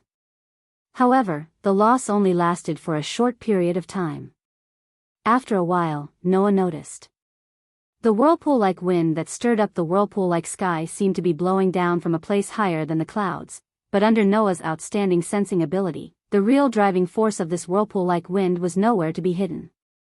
In Noah's sensing, the power that stirred up the whirlpool-like sky into a mess was a surge of magic that rose from the ground. Obviously, this was a man-made situation. Moreover, the location of the magic was not elsewhere, but in this forest, not far from Noah's location in the depths of the forest. Aware of this, Noah directly cast his gaze towards the place where the magic soared into the sky, and his eyes began to flicker. Should I go and take a look? Brother Noah. Wendy, who was in Noah's arms, seemed to have recovered from her fear. She pulled on Noah's clothes, and her big watery eyes stared straight at Noah's face, while her finger pointed to the sky. The sky, the atmosphere, everyone has become so strange, so chaotic. Hearing this, Noah lowered his head in surprise and met Wendy's gaze. You can feel the state of the sky and atmosphere? Yes. Wendy nodded without hiding anything. I am the sky's dragon-slaying sorcerer. Noah was relieved. The Dragon Slayer magic was a powerful magic that transformed the user's physique into that of a dragon and was used to fight against and kill dragons. However, the Dragon Slayer magic wasn't just a single type of magic. Instead, it was like the entire magic system, having an entire series of spells. For example, Naz was a Fire Dragon Slayer Archmage and used the Fire Dragon Slayer magic. His entire person was like a fire dragon. Not only did he have super destructive power, he could also recover his mana and stamina by devouring flames. Wendy was the Archmage of the Sky's Dragon Slayer, so she was undoubtedly using the Sky's Dragon Slayer magic. Therefore, it wasn't strange for Wendy to be able to sense the state of the sky and atmosphere. Looking up, Noah looked at the whirlpool that had completely disappeared and the sky that was gradually returning to its original calm state. Then, he looked at the source of magic that was gradually converging in the depths of the forest. After pondering for a moment, he stood up. Wendy, Noah said as he put Wendy down and pointed at the source of magic that was almost disappearing. I plan to go over there and take a look. I'll go with you. Wendy said without hesitation and tightly grabbed Noah's corner, looking like she was about to cry. Brother Noah, don't leave me alone. Okay. Noah could only smile bitterly and compromise, holding Wendy's hand. Don't worry, I won't leave you alone. Yes. Wendy smiled through her tears. Holding Wendy's hand and following his own senses, Noah tried to reduce the sound of his footsteps as much as possible and slowly walked towards the source of the whirlpool of magic that had completely disappeared. The surrounding darkness blocked most of Noah and Wendy's vision, and the surrounding trees and bushes were filled with the low roars of beasts. However, Noah was unwavering as he walked towards the source of the magic, while Wendy hid behind Noah, her face full of fear. Not long after, the two of them arrived at a vast open space. The magic that had stirred up the whirlpool in the sky was released from here. Now, that magic had already disappeared. But Noah could clearly feel that in this open space, the existence of the same origin as that magic was still there, and it didn't disappear just like that. And in the center of that vast open space, there seemed to be a figure that was about the same size as Noah standing there, with its back facing Noah and Wendy. Wendy hid her small body behind Noah's back, only sticking out her head. Her small hand that was grabbing Noah's clothes and hand was getting tighter and tighter, as if she was nervous. Noah fully displayed his ability to control his emotions. The more he felt at this moment, the calmer he became. Holding Wendy's hand, he walked into the open space. Only after entering the open space, did Noah see the back of the figure in the center of the open space. That was indeed the back of a figure that was about the same size as Noah. Moreover, the other party also had a head of dark blue short hair that was not much different from Wendy's. But from the other party's back, the other party should be a boy. From this boy, Noah felt the magic that he had just sensed. Needless to say, the magic that was stirring up the whirlpool-like sky was the doing of this person in front of him. Brother Noah. Wendy, who was hiding behind Noah, was very nervous and scared as she pulled Noah's hand. Noah stopped in his tracks and didn't turn back to look at Wendy. Instead, he stared at the back of the figure in front of him and said in a deep voice, "Who are you?" The figure with its back facing Noah and Wendy gently raised its head and turned around, exposing its face in front of Noah and Wendy. Looking at the face that was exposed in front of them, Noah was speechless for a moment, and Wendy's whole body trembled, showing even more fear. Because, on the right side of the other party's face, there was a sinister tattoo that extended from the eye socket to the cheek, just like the eye of a devil. If this scene was seen in the daytime, it would be fine, but now, under the influence of the night and the atmosphere, this tattoo looked a little gloomy, and made people feel very uncomfortable. Noah subconsciously protected Wendy behind him, and his other hand was already holding the strip-shaped cloth bag tightly, and his voice was a little cold. "Who are you?" The second time he asked, he still didn't get any response. However, Noah and Wendy were both stunned. Bang! The young man with the tattoo on his face suddenly went limp and fell to the ground, and didn't move at all. "Ah!" Wendy let out a small cry of surprise, and even Noah frowned. The scene suddenly became a somewhat strange silence. "Brother Noah." Wendy poked her head out from behind Noah, and her young voice was full of confusion. "That person, is he not feeling well?" "It's because I don't know if he is or not that big brother is a little troubled." Noah's face hung a helpless smile. "I'll go take a look, Wendy, you wait here for a moment." Wendy hesitated, but she knew that Noah was doing this to protect her. Although she was very unwilling, she nodded obediently, let go of Noah, and ran to the side to hide behind a tree trunk. Noah then walked in the direction of the young man on the ground, and came to the other party's side, squatted down, stretched out his hand, and looked at the other party's condition. The young man on the ground was a little short of breath, and his face didn't look very good, and even looked like he was in slight pain, but his eyelids didn't tremble. This kind of state allowed Noah to easily determine what happened. Magic overused, so that's why he fainted, right? Noah pondered for a moment, and then seemed to have made a decision, and helped the other party up. "Wendy, you live here, so you should know where there are caves and such, right?" Wendy was stunned.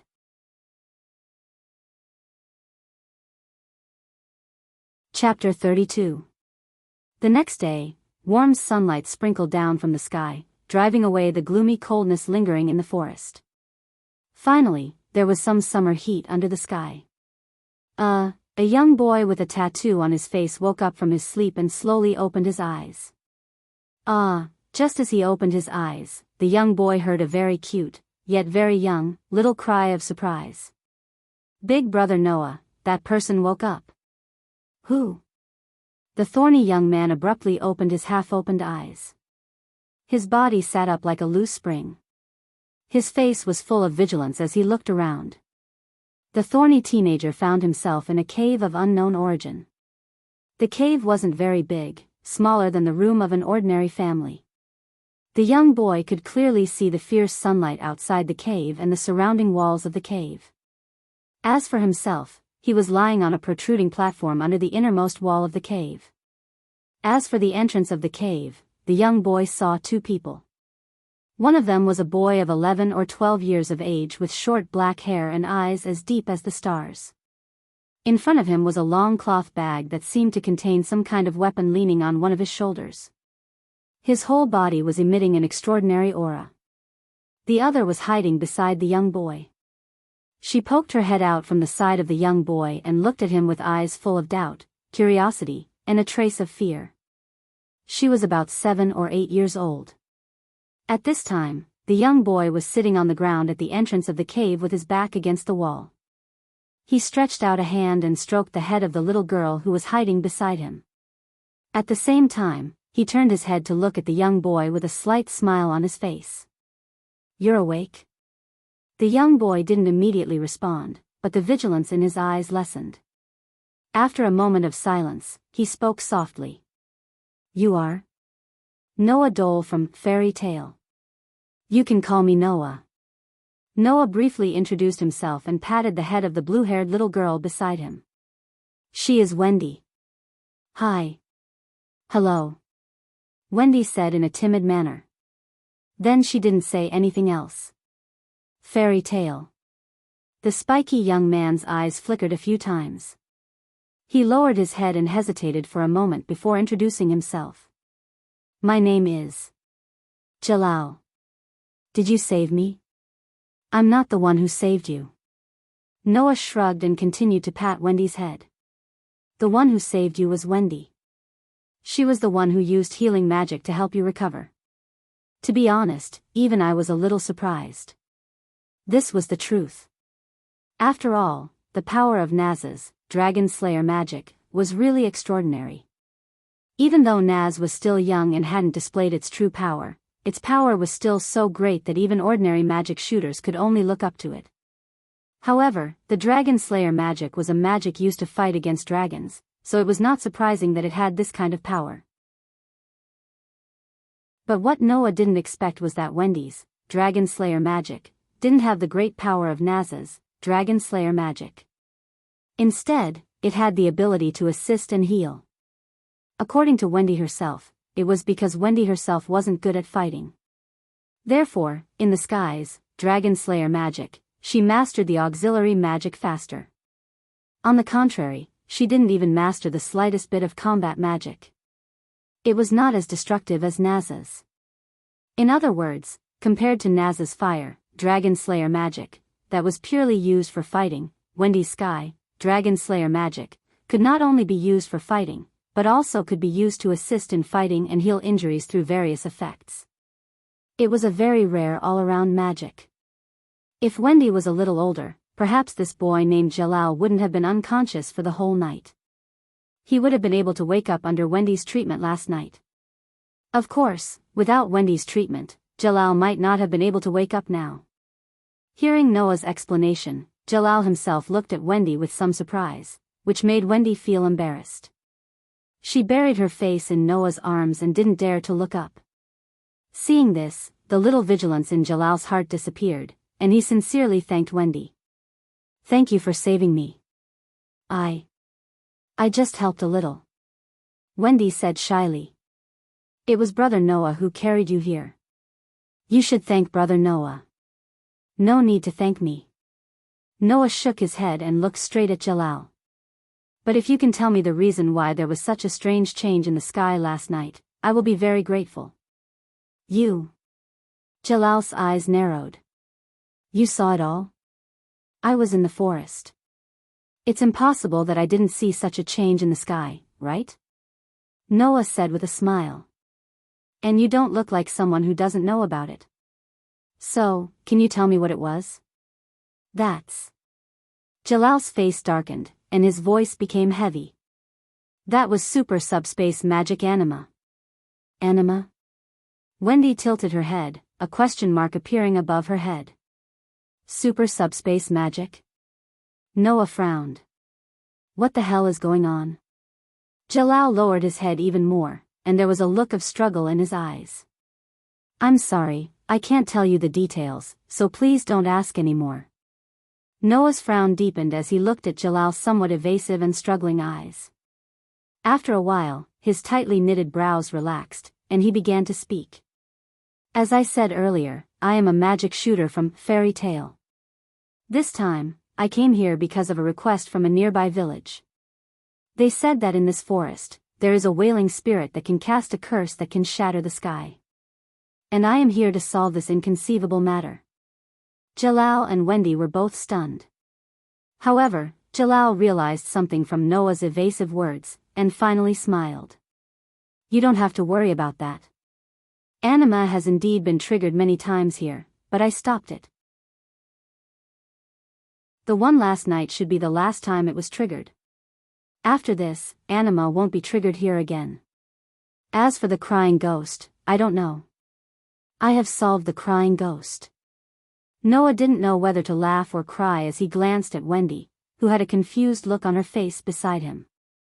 It is indeed a crying ghost, and it is quite cute. Now, Noah finally understood the whole story. If he wasn't wrong, the crying ghost that the village chief mentioned was only the cry that Wendy made when she was looking for Grandine in the forest. As for why the sky would be cursed and split apart when the specter cried, that was purely because of the super-secondary space magic, anima, which no one knew what it was.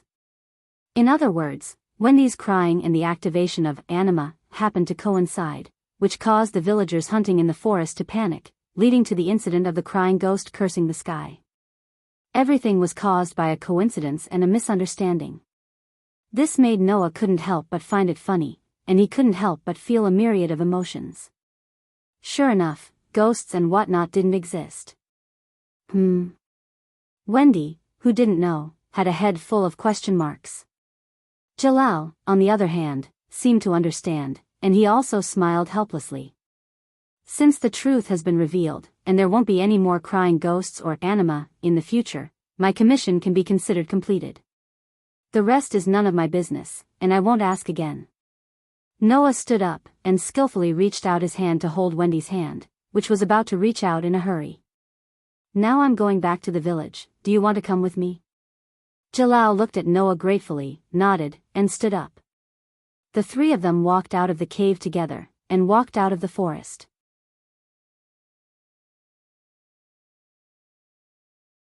Chapter 33. The moderate temperature of the sun shone on the neither too large nor too small village. It also shone on the courtyard of an old hotel, covering a man and a woman in the courtyard with a layer of golden gauze. Ha! Ha! Ha! Along with the loud and clear shouts, Noah held the knight's sword in his hand and slashed with the standard posture that he had practiced diligently for 3 months.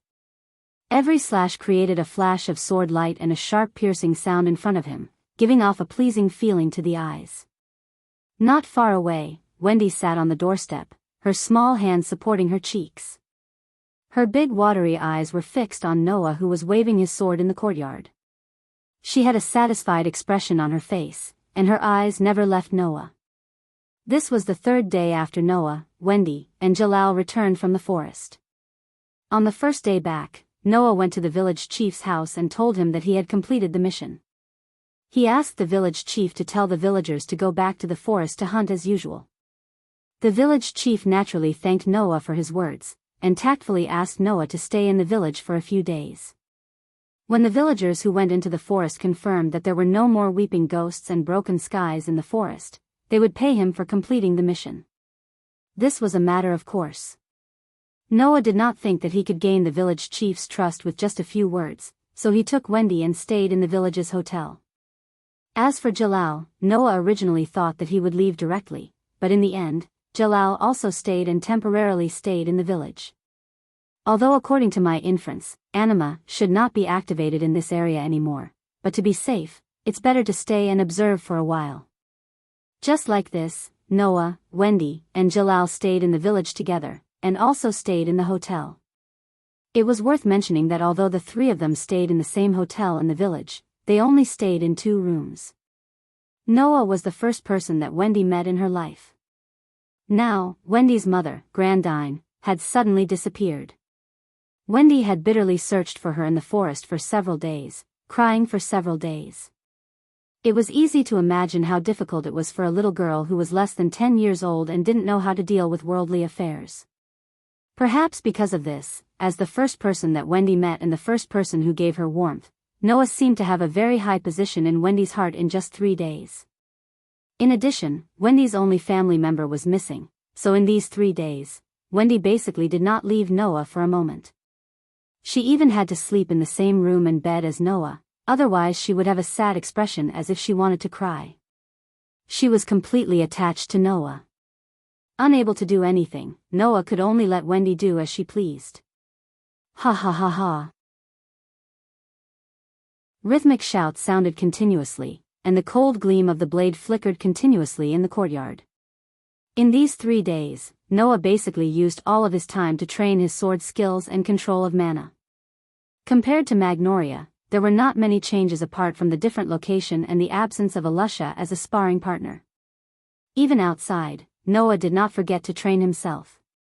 That was the only battle ability that he had at the moment. On the other hand, Wendy, who had been watching Noah practice his swordsmanship, caught a glimpse of someone approaching. After being stunned for a moment, she stood up and called out to Noah in a delicate voice. "Big brother Noah. Jalal is back." The knight's sword in Noah's hand that had just swung down paused in midair, and did not follow the momentum of the attack. From this, it could be seen that Noah's sword skills had improved by leaps and bounds. Even Alusha would praise him if she saw this scene. Big brother Noah. It was unknown when Wendy had run to Noah's side. She held a towel in her hand and handed it to Noah. "Thank you." Noah took the towel, wiped his sweat, and patted Wendy's head. When Wendy showed a comfortable expression, he turned his head and looked at Jalal, who was walking over. "How is it?" "It's still stable." Jalal nodded. "There are no signs of anima continuing to activate in this place. I think it's safe here." Hearing this, Noah nodded. Even though they had been together for 3 days, Jalal still didn't show any signs of telling Noah about the super subspace magic anima. Therefore, Noah didn't know anything about anima either. However, from Jalal's words of "it's safe here," it could be inferred that if anima was successfully activated, it would definitely lead to a disaster not inferior to Noah's mana rampage. It was to prevent this disaster that Jalal appeared here. According to Jalal, he would continue to wander around the world, searching for the traces of anima, embarking on the journey of constantly closing anima that was about to be activated. Knowing this, Noah cast his gaze on Jalal. "Are you planning to leave?" Jalal opened his mouth and was about to say something, but a voice interrupted him. A guest from Fairy Tale. The newcomer was none other than the owner of the hotel, who had walked in from outside and stood in front of Noah. Noah looked at the owner of the hotel, looking at his hesitant look, frowned slightly, and asked, "What's wrong? Did something happen?" "The village chief asked me to bring a message to you," the owner of the hotel shook his head and said. "Not long ago, there were 3 white-haired children about your age who went to the village chief to ask about your whereabouts. Then they went into the forest and have not returned since. The village chief asked me to ask you, are those 3 your companions?" 3 white-haired children? Wendy and Jalal both looked at Noah at the same time, so they also clearly saw the sudden change in Noah's expression. "What's wrong?" Jalal asked. "Are they people you know?" "Kind of." Noah's expression was not good, and he asked the owner of the hotel. "You're saying that the 3 of them never came back after they entered the forest?" "No, they just never came back," the owner of the hotel answered honestly. "The villagers only saw the 3 people enter the forest, but they never saw them come out." Noah was silent for a moment, then nodded. "I understand, please thank the village chief for me." The owner of the hotel nodded with a smile and left. Brother Noah. Wendy suddenly felt a little uneasy, and tightly held the silent Noah's hand, not letting go. "Noah?" Jalal asked. "Do you need help?" Noah's expression changed a few times, and he finally sighed and pulled Wendy in front of him. "If you want to help me, could you please take Wendy to Grandini?" "Take Wendy to Grandini?" Jalal was a little surprised. "I don't want to." Wendy's little face turned pale, and she suddenly hugged Noah's leg. "I don't want to leave brother Noah."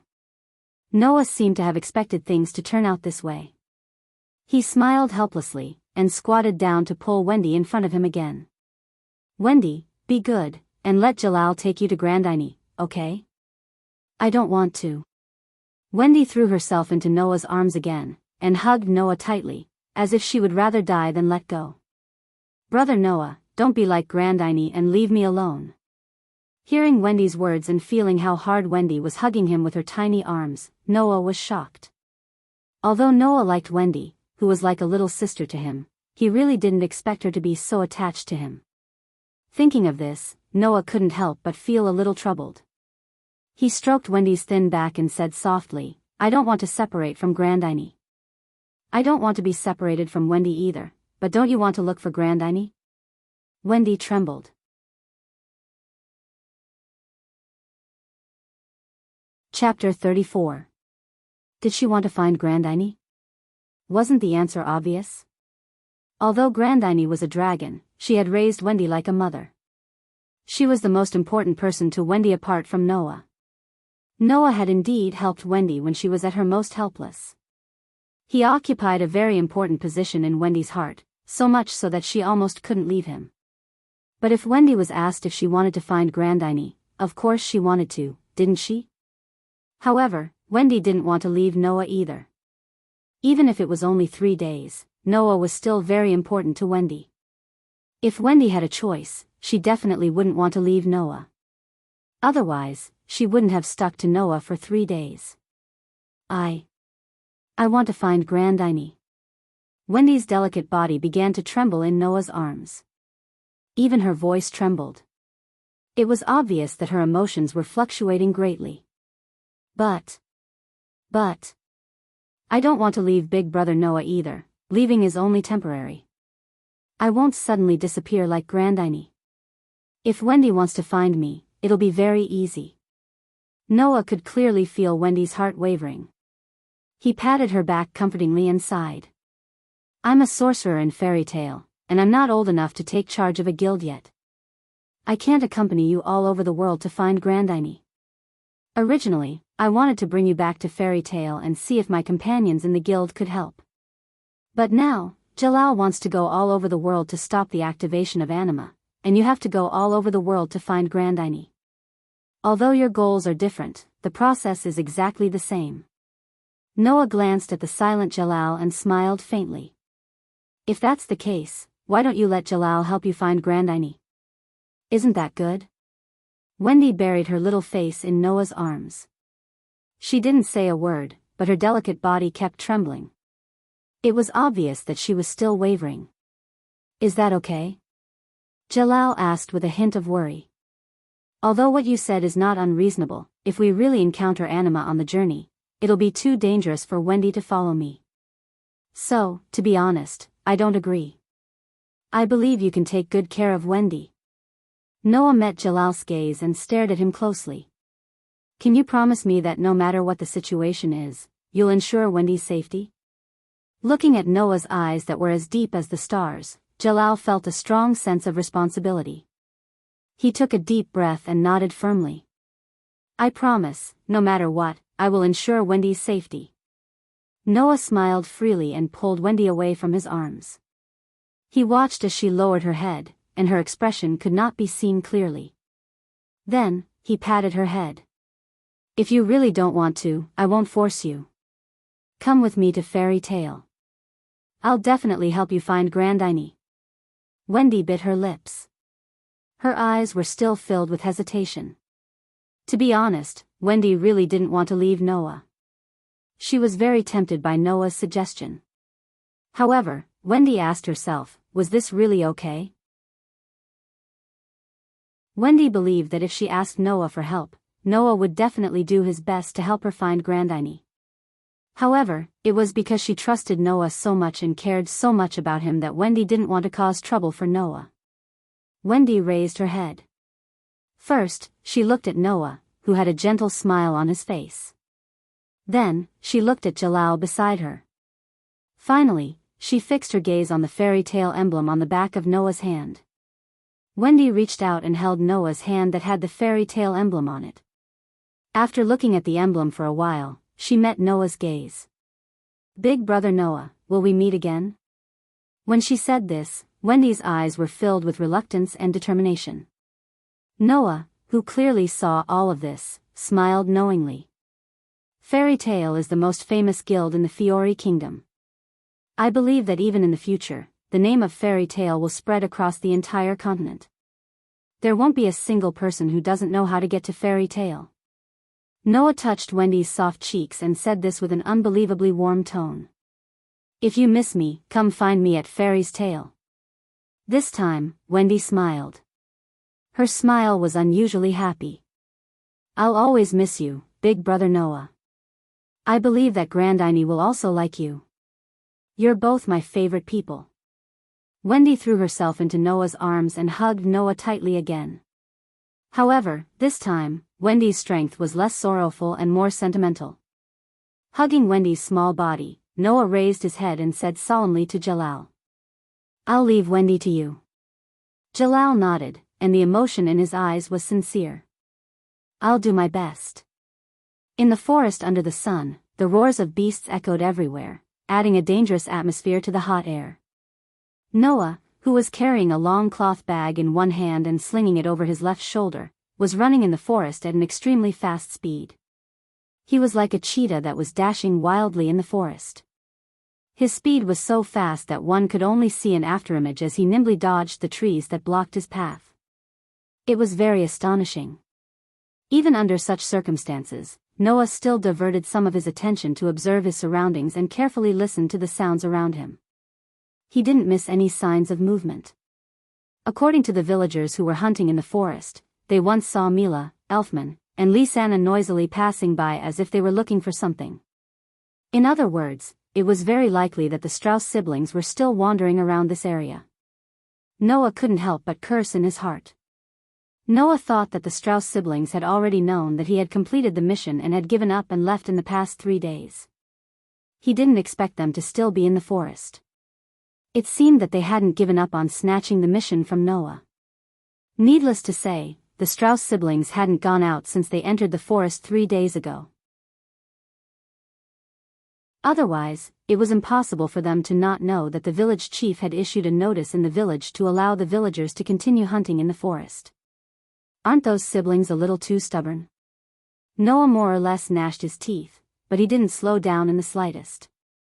Logically speaking, even if the Strauss siblings were still wandering around the forest, Noah didn't have to personally search for them, nor did he have to be in such a hurry to find them. But for some reason, Noah had a bad feeling in his heart. They wouldn't have encountered any danger, would they? There shouldn't be any magical creatures in the forest, so naturally, there shouldn't be any danger. But that wasn't for certain. Perhaps there was some magical creature that wasn't too weak, and the Strauss siblings couldn't deal with it. Noah could sense a rather strong mana from Mira, but Elfman and Lisanna didn't have any mana fluctuations at all. It was obvious that they hadn't started learning magic yet. It was hard to guarantee that there wouldn't be any accidents. Most importantly, Noah believed in his premonition. If I find you guys, I'll definitely teach you a lesson. With such determination, Noah increased his speed. Roar! At this moment, a loud roar resounded from not far away. This voice. Noah stopped abruptly, his expression changing. I can't be that unlucky, right? As he said that, Noah leaped and rushed in the direction of the voice.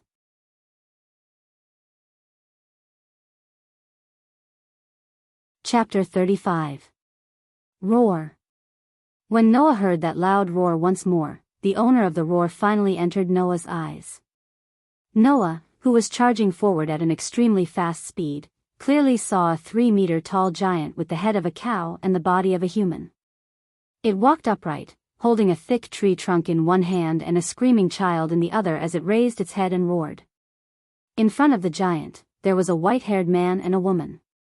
One of them was sitting on the ground, his face filled with horror, while the other was standing there, facing the giant with an anxious look on her face.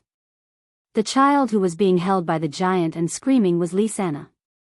The one sitting on the ground with a face full of horror was Elfman. The one facing the giant was Mira, who was gnashing her teeth anxiously. As for the giant, it was an existence Noah was very familiar with. It was a very famous and ferocious demonic creature that had no rationality at all. In the forest of Magnoria, Noah had encountered these ferocious monsters more than once under the leadership of some sorcerers from the fairy's tale. Those were monsters that even ordinary sorcerers were extremely afraid of. Why would such a monster appear in a forest with only ferocious beasts? This was a question that Noah had no way of finding out the answer to, and he wasn't interested in finding out either. Roar! Sister Mira! Lisanna! The giant's roar, Lisanna's scream, and Myra's sorrowful cry rang out at almost the same time, causing Noah's starry eyes to slowly shrink as he increased his speed to the maximum. But even so, it would still take some time for Noah to reach the Strauss siblings and the gigantic bull-like figure. During this time, as long as the giant tightened its grip on Lisanna's hand, the cute little girl would be crushed to pieces and die tragically on the spot. There was no time. It was too late. Noah's heart began to beat faster. Without hesitation, he grabbed the cloth bag slung over his shoulder and pulled with force. In the next moment, the hilt of Noah's knight's sword poked out of the bag and was tightly grasped by Noah. However, Noah didn't immediately pull out the sword. Instead, he activated the vast amount of mana in his body and channeled it into the knight's sword through his hand. Whang! The knight's sword that had yet to be unsheathed shook in the scabbard and released a dense light. Clang! Mira, who was about to disregard her own life and risk her life to save Lisanna, didn't have time to act. The sound of a sword instantly filled every corner of the scene and turned into an echo that reverberated in the forest. Mira, who was confronting the giant, Lisanna, who was being held by the giant, and Elfman, who was limply lying on the ground, all three saw it. A streak of light. A streak of light suddenly shot out from a corner of the forest like a comet, flashing with dazzling light. The streak of light appeared out of nowhere and flashed past at a speed that made one's eyes blur. Amidst the sound of the air vibrating and exploding, it was like a meteor that fell from the sky and viciously crashed into the giant. Pfft! An extremely clear tearing sound reverberated in the air. What followed was a rain of blood that crazily sprinkled down like rain. The gigantic minotaur didn't even have the time to let out a blood-curdling screech. His 3-meter-tall body was torn open with his waist as the center. The upper and lower halves of the gigantic minotaur were completely separated from each other. The giant bull was cut into 2 halves. Whoosh! Scarlet blood sprinkled down from the sky and turned the scene into a pool of blood. Boom! The giant's upper and lower halves heavily smashed into the ground. Not only did blood splatter everywhere, but there was also a huge sound that caused the ground to tremble slightly. Mira and Elfman stood up in a daze, while Elfman's face was completely filled with fear as he screamed out loud. There was no helping it.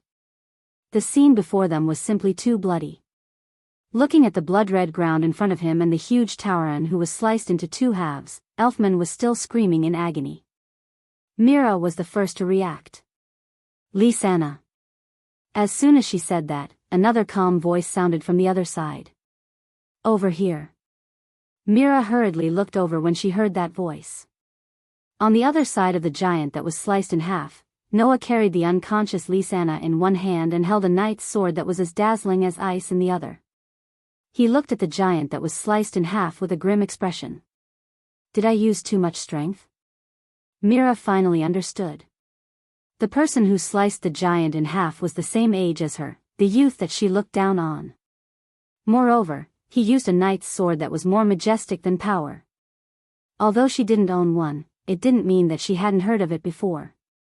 In this world, there were many things that had all sorts of strange abilities and effects. Some were even equivalent to magical weapons.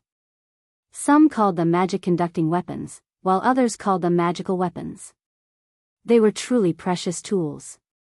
The common point of these magical weapons was that they required the user to provide them with magical energy in order to activate their abilities and effects.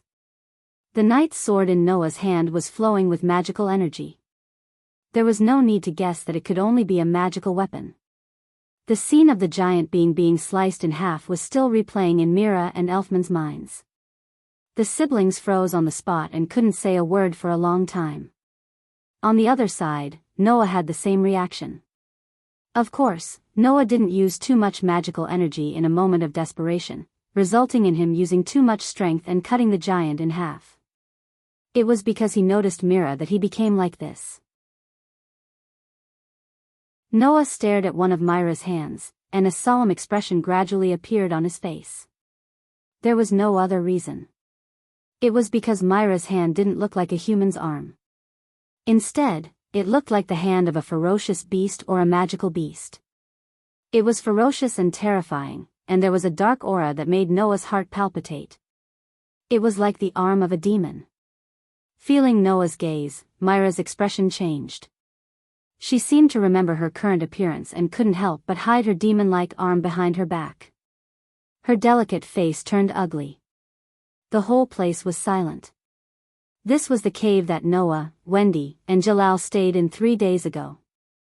Now, Wendy and Jalal were gone, but the number of people in the cave had increased instead of decreasing. Lisanna had already woken up. She stayed with Elfman around the bonfire that Noah had lit. Looking in the direction of Noah and Mira, her face was full of worry and sadness.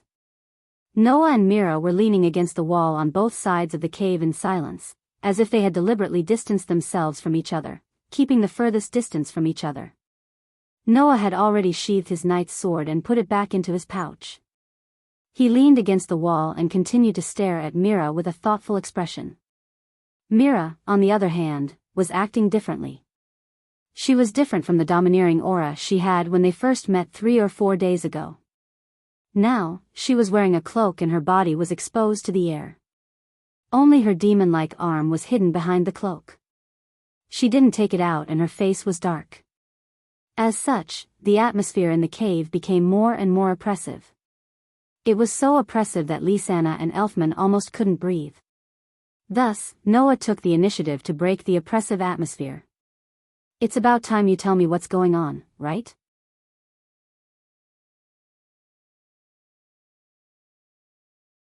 Chapter 36. It's about time you tell me what's going on, right? Noah's words echoed clearly in the small cave, causing the atmosphere to turn from stifling to heavy. Noah had only thought of his encounter with the Strauss siblings as a chance encounter. Even though he was curious as to why they wanted to steal his job, he didn't intend to get too close to them. But now, Noah realized that he could no longer treat the 3 of them as passers-by. Not because of anything else, but because of the gloominess, sadness, and other emotions on the faces of the 3 Strauss siblings. Big brother Noah. At the side, Lisanna wanted to say something with an anxious expression, but she only had time to call out to Noah before she was interrupted by Mira, who coldly opened her mouth. Lisanna. Lisanna immediately shut her mouth, her anxious expression turning into sadness and even a hint of sorrow. Even Elfman had the same expression. Mira was the only one who no longer looked like a bad girl. Instead, she was as cold as ice. Seeing this, although Noah didn't know what the Strauss siblings were hiding, he understood what they were trying to do. Even though they were still young, Mira, Elfman, and Lisanna, like Alyssa, had painful pasts that they couldn't bear to look back on. Sigh. Noah sighed. His voice was soft, but it echoed in the silent cave and entered the ears of Mira, Elfman, and Lisanna. "Even though I don't know what you're hiding," Noah said as he looked at Myra's hand hidden behind the cloak. "But I think it has something to do with that hand of yours, right?" Mira didn't say anything. Instead, she hid her face under the hood of her cloak, hiding her expression. "Noah," Elfman said hesitantly as he struggled to speak. Aren't you afraid of my sister?" "Big brother Elfman." Lisanna tugged at Elfman's clothes as if she was blaming him for saying such a thing. However, she also looked at Noah with pleading eyes. Plead for what? Begging them not to be afraid of their elder sister? Noah frowned deeply as a thought flashed through his mind. "Don't you know why your sister's hand became like that?" This time, Elfman, Lisanna, and even the silent Mira raised their heads. After being stunned for a moment, their faces lit up. "Big brother Noah." Lisanna didn't care about anything else. She ran directly to Noah's side and held his hand tightly. Her face was anxious, but there was also a trace of hope. Do you know why Sister Myra's hand became like that? That's not quite right. Noah's furrowed brows slowly relaxed as he looked at Mira. Myra's gaze happened to meet his. Only you know what your sister went through to become like that. However, it seems like you only know a part of it. A part? Mira, Elfman, and Lisanna muttered at the same time. I don't like to know other people's secrets and the things they don't like to talk about.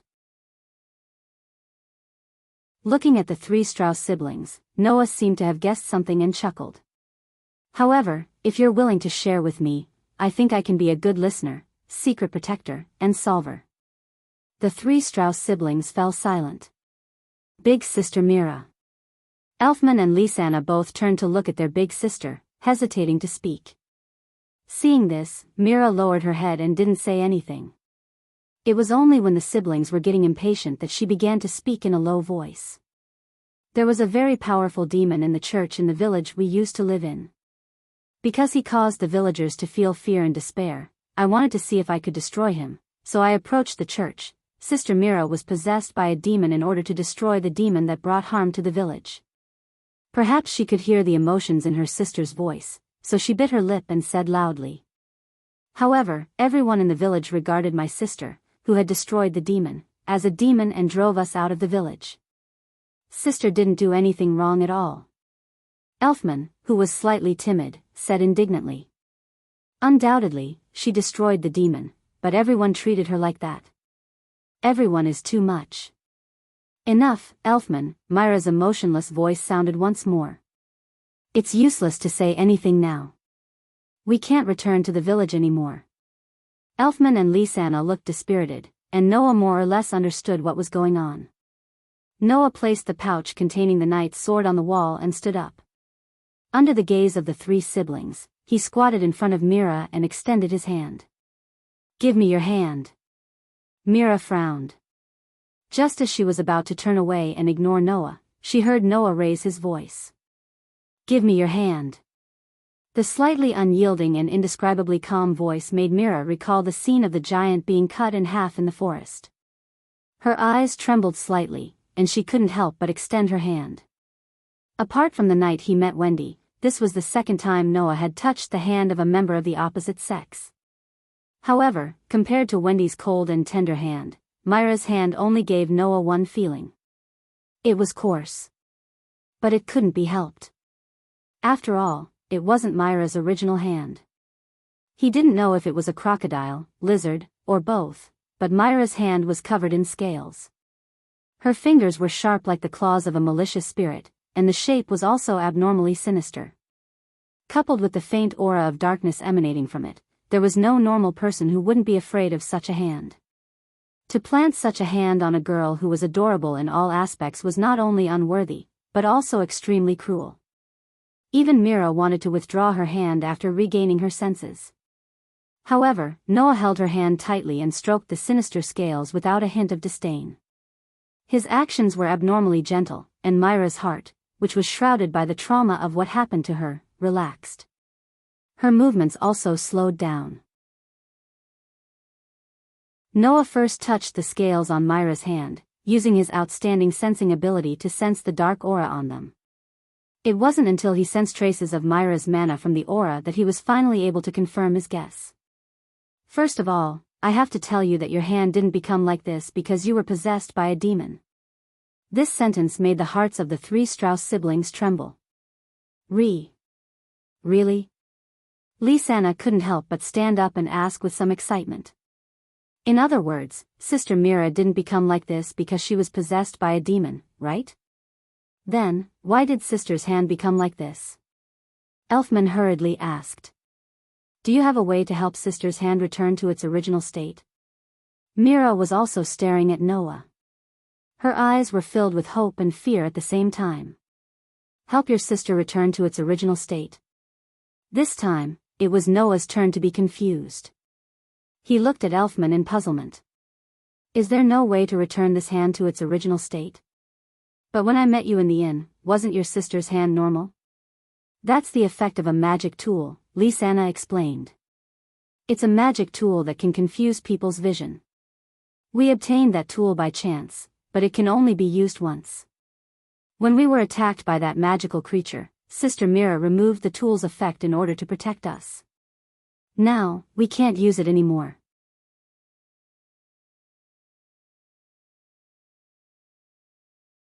Chapter 37. The effect of a magical item? Noah nodded and looked at Mira. In other words, you have no way of controlling your own magic? Magic? Mira, Elfman, and Lisanna were stunned. Although I've never seen it before, I've read about it in books, Noah explained slowly as he continued to stroke Mira's sinister arm. In the magic world, there is a kind of magic that can be used to receive the power of animals, monsters, or even magical creatures. It can transform one's own physique into the physique of animals, monsters, or magical creatures. It can reproduce the power of animals, monsters, or magical creatures in one's own body. It is called receiving magic. You're not possessed by a demon. Noah met Mira's gaze. You must have accidentally received the power of the evil demons in the church of your village, and thus awakened the receiving magic. Awakened? Bewilderment was written all over the faces of the Strauss siblings. If a human wants to learn magic, there are two ways. Noah nodded. One is to learn the magic that one likes through independent learning, and thus become a magic shooter who can use that magic. The other is through independent awakening. Everything in the world has a type of chi, called magic, flowing through their bodies. That's what determines whether a person can use magic or not. Noah explained patiently. And in every person's body, there's a type of magic that can best reflect them.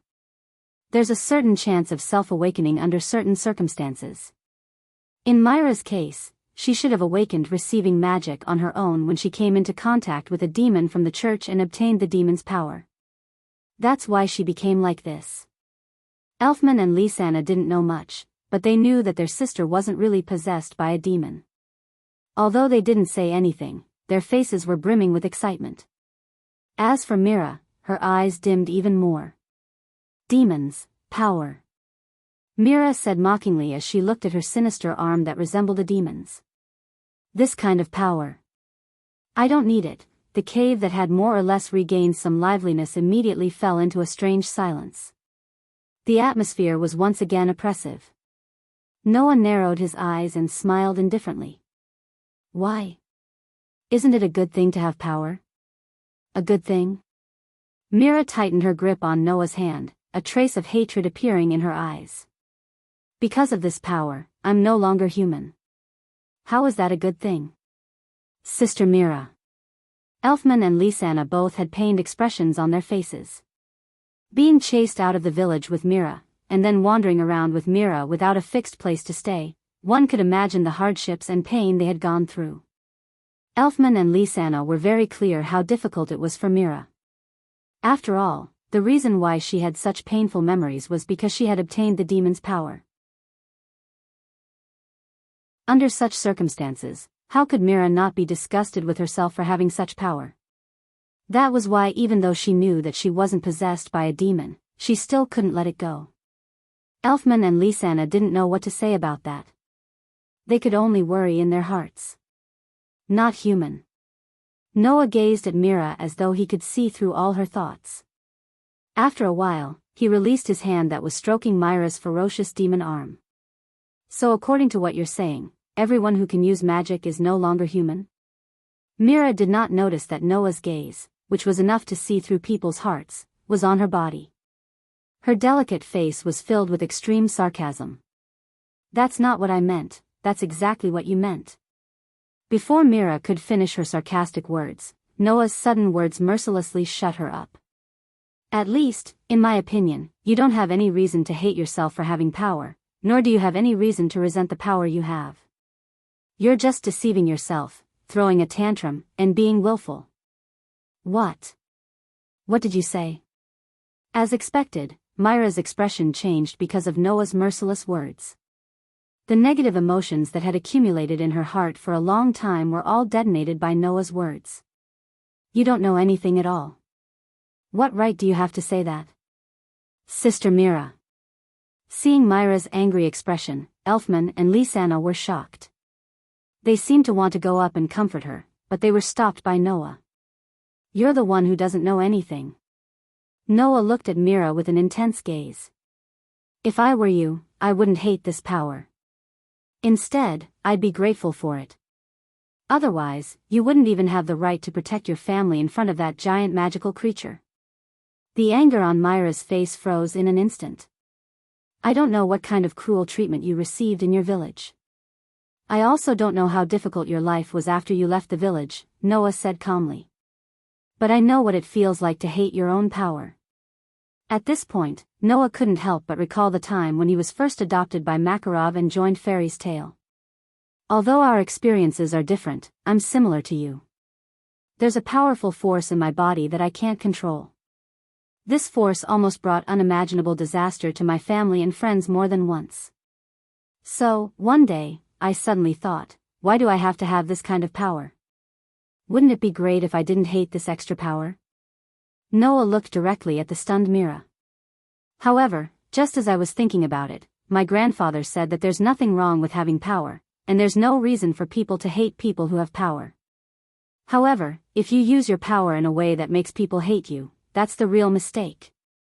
Since that day, I've never hated the fact that I have power, because I'll never use my power for something that people hate."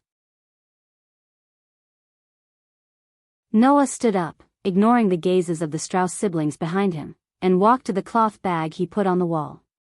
"Receive magic is magic that can receive the power of animals, monsters, and magical creatures for your own use. But I've never heard of anyone's receive magic that can even receive the power of demons. This is enough to prove that you have a special talent, and you'll definitely have extraordinary power in the future. How to use this power, you should think about it carefully, and not blindly deny it. Of course, you can also choose not to use this power. After all, it's magic. If you can learn it, you can abandon it. But if you do this, I hope you won't regret it when you need power." Picking up the cloth bag on the wall, Noah sat down and closed his eyes. "I just want to say, cherish this power. It can protect your family for you." After saying that, Noah did not speak again. He closed his eyes as if he had fallen asleep, and the cave returned to silence once more. Seeing Noah leaning against the wall and resting with his eyes closed, Mira clenched her demon arm tightly, her eyes filled with the strongest of emotions. "Sister Mira." Elfman and Lisanna looked at their sister worriedly and came to her side. Mira was completely unaware of it, and looked absent-mindedly at Noah, who was resting with his eyes closed. Her heart could not calm down for a long time. Even so, time still flowed on its own, and the activity of the world did not stop at all because of this. Even if something extraordinary happened in that small cave, night still fell, announcing the end of the day. However, for Mira, Elfman, and Lisanna, the night would definitely not be ordinary, but it would also be difficult to endure.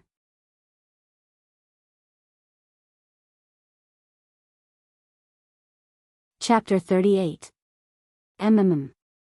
This is delicious, Brother Elfman, don't eat so fast. But it's really delicious. Really. Water. Water.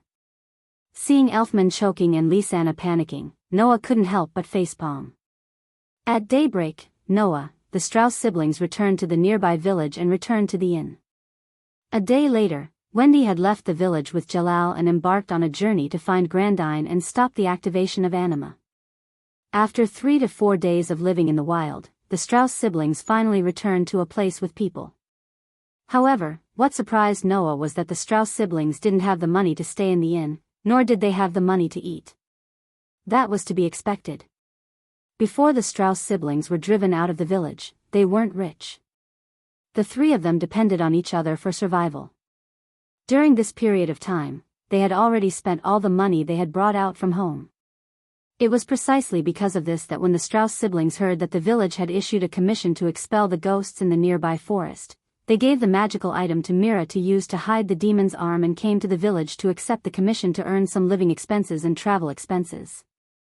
Who would have thought that when the Strauss siblings were ready, they would come to the village and find the village chief, only to be told by the village chief that someone had already accepted the job. Only then did the Strauss siblings come to the village to look for trouble and snatch the job. It was no wonder that the Strauss siblings were so stubborn about the commission, to the point that they searched for Noah in the forest for 3 days and still weren't willing to return. If they couldn't snatch the commission, the Strauss siblings wouldn't even be able to afford a meal. That would be terrible. Of course, after knowing the beginning of the matter, Noah didn't know whether to laugh or cry. However, he didn't gossip because of this and simply ordered a table of dishes for the Strauss siblings, who had been eating wild game in the forest for several days, to have a good meal. After returning to the village chief sent someone to inform Noah that he had already acknowledged that Noah had completed the commission they issued and gave him all the compensation of 200,000 J in one go. In addition to the 1 million J he had left behind for activating the ritual lake, while Noah didn't bring it all with him, treating others to a good meal wasn't a problem. He wouldn't be stingy to the point of leaving someone in the lurch. However, if possible, Noah still hoped that Elfman could restrain himself and eat a little quietly. Noah glanced at Mira, who was sitting at the side with a cloak covering her body. She was eating silently with only one hand stretched out, and Noah was not used to it. "Last time, you rushed over like a delinquent girl and threatened to snatch my job. This time, you're so obedient." How unsettling. Mira continued to eat silently, seemingly not hearing Noah's muttering. On the other hand, Lisanna, who was sitting further away from Noah, heard a little. She secretly observed Mira, then moved closer to Noah's ear and said, "Actually, ever since she was possessed by a demon." "No, since she received the power of a demon and awakened her magic, Sister Mira has never smiled or talked much. She was so rude last time because she wanted to appear strong in front of outsiders and protect us," Linley said. "Is that so?" Noah smiled and nodded without batting an eyelid. His words were not as secretive as Lisanna's. "I think demons definitely don't have such a delicate side. Only humans would change themselves for their family." Mira, who was eating, paused for a moment, then recovered and continued eating as if nothing had happened. Lisanna nodded gratefully at Noah, then turned her gaze to Elfman, who was wolfing down his food. Her expression immediately became angry, and she started arguing with Elfman. The entire meal basically went into Elfman's stomach. Only the sound of Elfman eating, Lisanna's curious questioning of Noah, Noah's occasional conversation, and Myra's silence could be heard. "Since you're full, what plans do you have for the future?" Noah took a sip of his drink and looked at the Strauss siblings. "You don't have any extra money, right? You can't go on like this, right?" "This." Lisanna and Elfman looked at each other, and Myra's eyes flickered slightly. It was clear that the Strauss siblings didn't have any good plans at the moment. Noah tapped the table rhythmically, his gaze sweeping past Mira, Elfman, and Lisanna. After a while, the corner of his mouth curled up. "How about it? Do you want to try fairy tale? Go to fairy tale?" Not to mention Lisanna and Elfman, even Mira was clearly moved for a moment. It had to be said that the Magic Guide Guild really was a good place for the Strauss siblings. Mira, Elfman, and Lisanna didn't have a fixed residence, and apart from each other, they had no one else to rely on. If they wanted to survive, they had to have a stable income. However, even if the Strauss siblings wanted to work and earn money, age was a huge issue. Ordinary jobs wouldn't consider hiring children at all. Otherwise, the Strauss siblings wouldn't have to suffer so much. The Magic Guide Guild, on the other hand, didn't care so much. As long as they were able to use magic and had a certain level of strength, they would be able to complete the corresponding tasks and receive remuneration. Moreover, the remuneration was much better than ordinary jobs. Mira was able to receive magic and receive the power of a demon. Being able to face off against a huge monster showed that her strength was definitely not a problem. Joining the Magic Guide Guild definitely wouldn't be a problem. The problem was that Elfman and Lisanna hadn't learned magic and were just ordinary children. In Fairy's Tale, there are many children of your age who are still learning magic. So, even if you don't know magic, you can still learn it after joining the guild, Noah said as he spread his hands. I myself am a magic shooter from fairy tale. Personally, I feel that there won't be too much of a problem if you all join fairy tale. It's not a bad place to go. Of course, the decision is in your hands. I'm just giving you a suggestion. Elfman and Lisanna hesitated. In the end, they looked at Mira and waited for her decision. Mira looked at Noah and coincidentally met Noah's half-smile. She couldn't help but recall the scene in the cave in the forest when Noah gently stroked her disgusting arm. Her heartbeat quickened for no reason and she avoided Noah's gaze. Under such circumstances, the scene became strangely quiet. After who knew how long, Mira raised her head and took a deep breath. Let's go to Fairy's Tale. Elfman and Lisanna looked at each other and said in unison. Sister Mira, where are we going? We'll go where you go. Myra's heart warmed and she revealed a rare smile. Seeing this, Noah smiled knowingly and had a good impression of the Strauss siblings. Even if there were painful memories that no one knew of, even if they were in an extremely difficult situation, the three siblings would never leave each other and rely on each other. They would never give up on each other, and there was never a moment when they didn't think of each other. The ties of family would definitely be with them for the rest of their lives. It would be the medicine that would allow them to escape their pain, their predicament, and their past. Noah believed in this.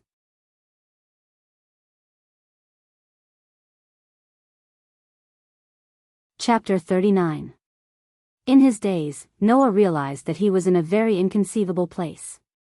This was a place that was as vast as the sky, but also as if he could reach out and touch the boundaries of space. It was as light as water, as elegant as floating in the clouds. It was a very wonderful place.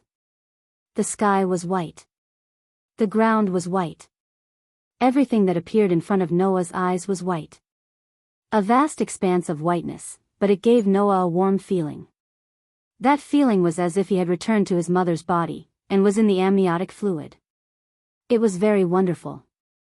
Undoubtedly, there was nothing here, but Noah did not feel lonely, did not feel lost, did not feel cold in his heart, and instead felt warm. If this could not be called wonderful, then what could be called wonderful? However, in this vast expanse of whiteness, it was not that there was nothing. Other than Noah, in this world, there were other wonderful existences. Feathers that fell from the sky, feathers that were suspended in bubbles that fell from the sky, feathers that were covered and shrouded in white halos that were suspended in bubbles that fell from the sky. If it was said that this world gave Noah a warm feeling as if he had returned to his mother's body, then these feathers that were falling from the sky, emitting a faint light, gave Noah another kind of warmth that was similar yet not quite the same. How should he describe it? If he had to give an example, then it would be like family. Yes. Noah could be sure that these unbelievable feathers in front of him seemed to be his family. Thus, looking at the feathers that were falling from the sky, suspended in bubbles, hovering in the air, emitting a white halo, Noah revealed a smile of joy from the bottom of his heart. However, in the next second, a brand new scene appeared in front of Noah's eyes, causing the smile on Noah's face to completely disappear. A new family descended from the sky. They were still the same feathers that were suspended in bubbles. However, these feathers not only lost their bright white halo, but also became fragmented, as if they had been broken, and did not have the vitality that they should have had. Following that, the feathers that had lost their vitality replaced the intact feathers and floated in front of Noah, gathered around Noah, and floated back and forth. It looked as if they were asking for help, Brother Noah. Brother Noah, a sweet and tender familiar voice gently echoed in Noah's ears. At the same time, Noah also felt that his body was constantly being shaken. The sleepy Noah woke up from his dazed state. He slowly opened his eyes, and stared blankly at the source of the voice. What entered Noah's eyes was an extremely cute little girl. She was around 11 or 12 years old, and wore a cute red dress. She had short white hair that was as clean as snow, and although her face was small, it was very delicate and cute. It was not difficult to imagine the beauty that the owner of this face would have when she grew up. Facing such an incomparably cute face, Noah's eyes still did not focus, and he could only blankly mumble. Lisanna? It's Lisanna. Brother Noah. Lisanna's pretty face had a worried expression. Just as Noah was about to wonder why she had such an expression, Lisanna reached out her hand and touched Noah's cheek, wetting her hand. Wait a minute, wetting? Only then did Noah realize that he did not know when, but tears had actually flowed out of his eyes, wetting his cheeks. I am crying? Brother Noah. Lisanna helped Noah wipe away the tears on his face as she spoke worriedly.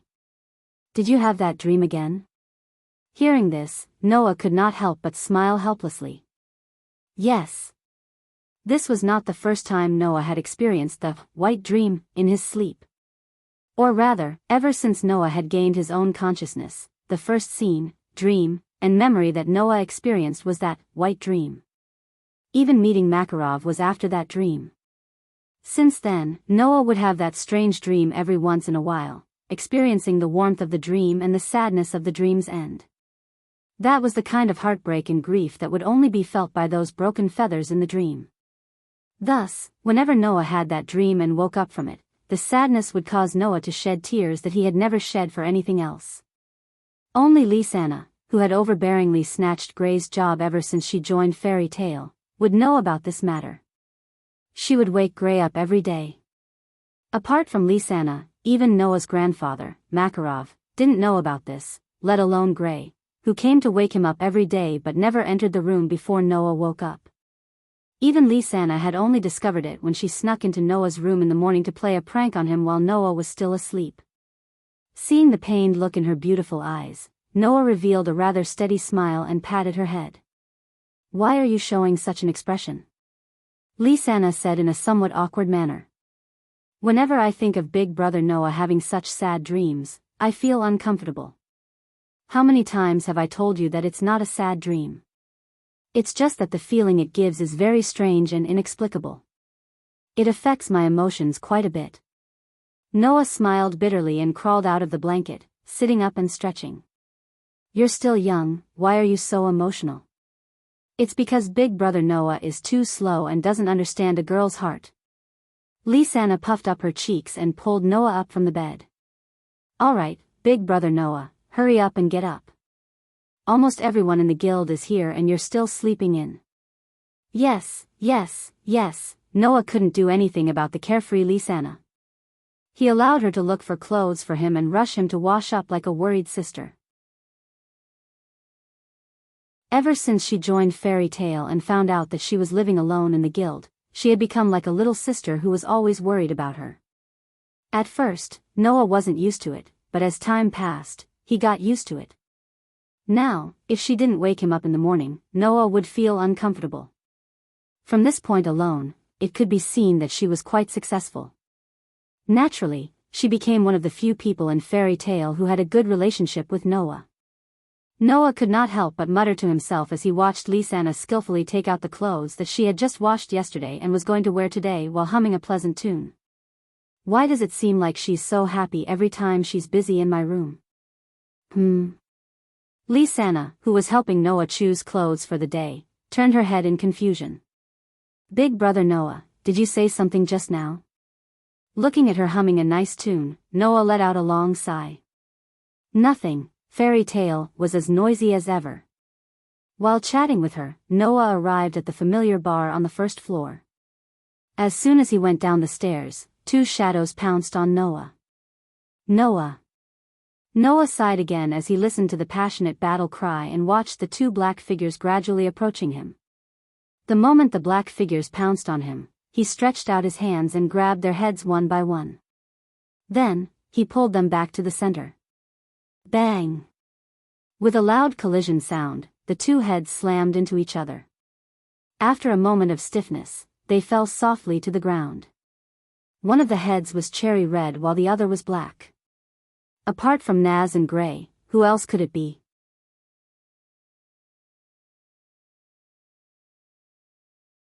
Chapter 40. The moment the loud collision sounded, everyone in the guild turned their gazes in the direction of the sound. When they saw Naz and Gray lying on the ground with a bump on their heads and circles around their eyes, everyone immediately retracted their gazes as if nothing had happened and started talking to each other. It couldn't be helped.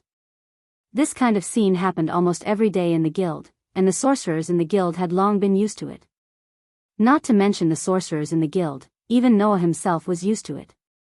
He just habitually sighed and greeted as if nothing had happened. Good morning. Good morning. The other members of the guild began to greet him one after another. Good morning. Noah and Lisanna. In the crowd, 3 girls of the same age as Noah also came over. One of them was wearing a cold armor with a plain dress inside. Another one was wearing a revealing leather outfit like a delinquent girl. Another one was wearing a simple plaid dress with her long black hair tied into a ponytail. The one wearing the cold armor was naturally Alusha. The one wearing the revealing leather outfit was Mira. As for the one with the long black hair tied into a ponytail, she was called Kana. Kana Alberona was a person who joined Fairy Tale earlier than Noah, Alusha and even Gray. You really don't learn your lesson every day. Alusha put her hands on her waist and looked at Naz and Gray on the ground, criticizing them seriously. If you want to defeat Noah, you should at least be more prepared. Rushing up like this is just a sneak attack. Even if you win, it doesn't count as strength. AI. Alusha. Naz's whole body trembled as he clutched the bump on his head with a teary look. Don't stop me, I must defeat Noah today. This way, I can prove that I am stronger than Gray. Who are you saying is stronger than me? Gray also clutched the bump on his head and curled his lips in disdain.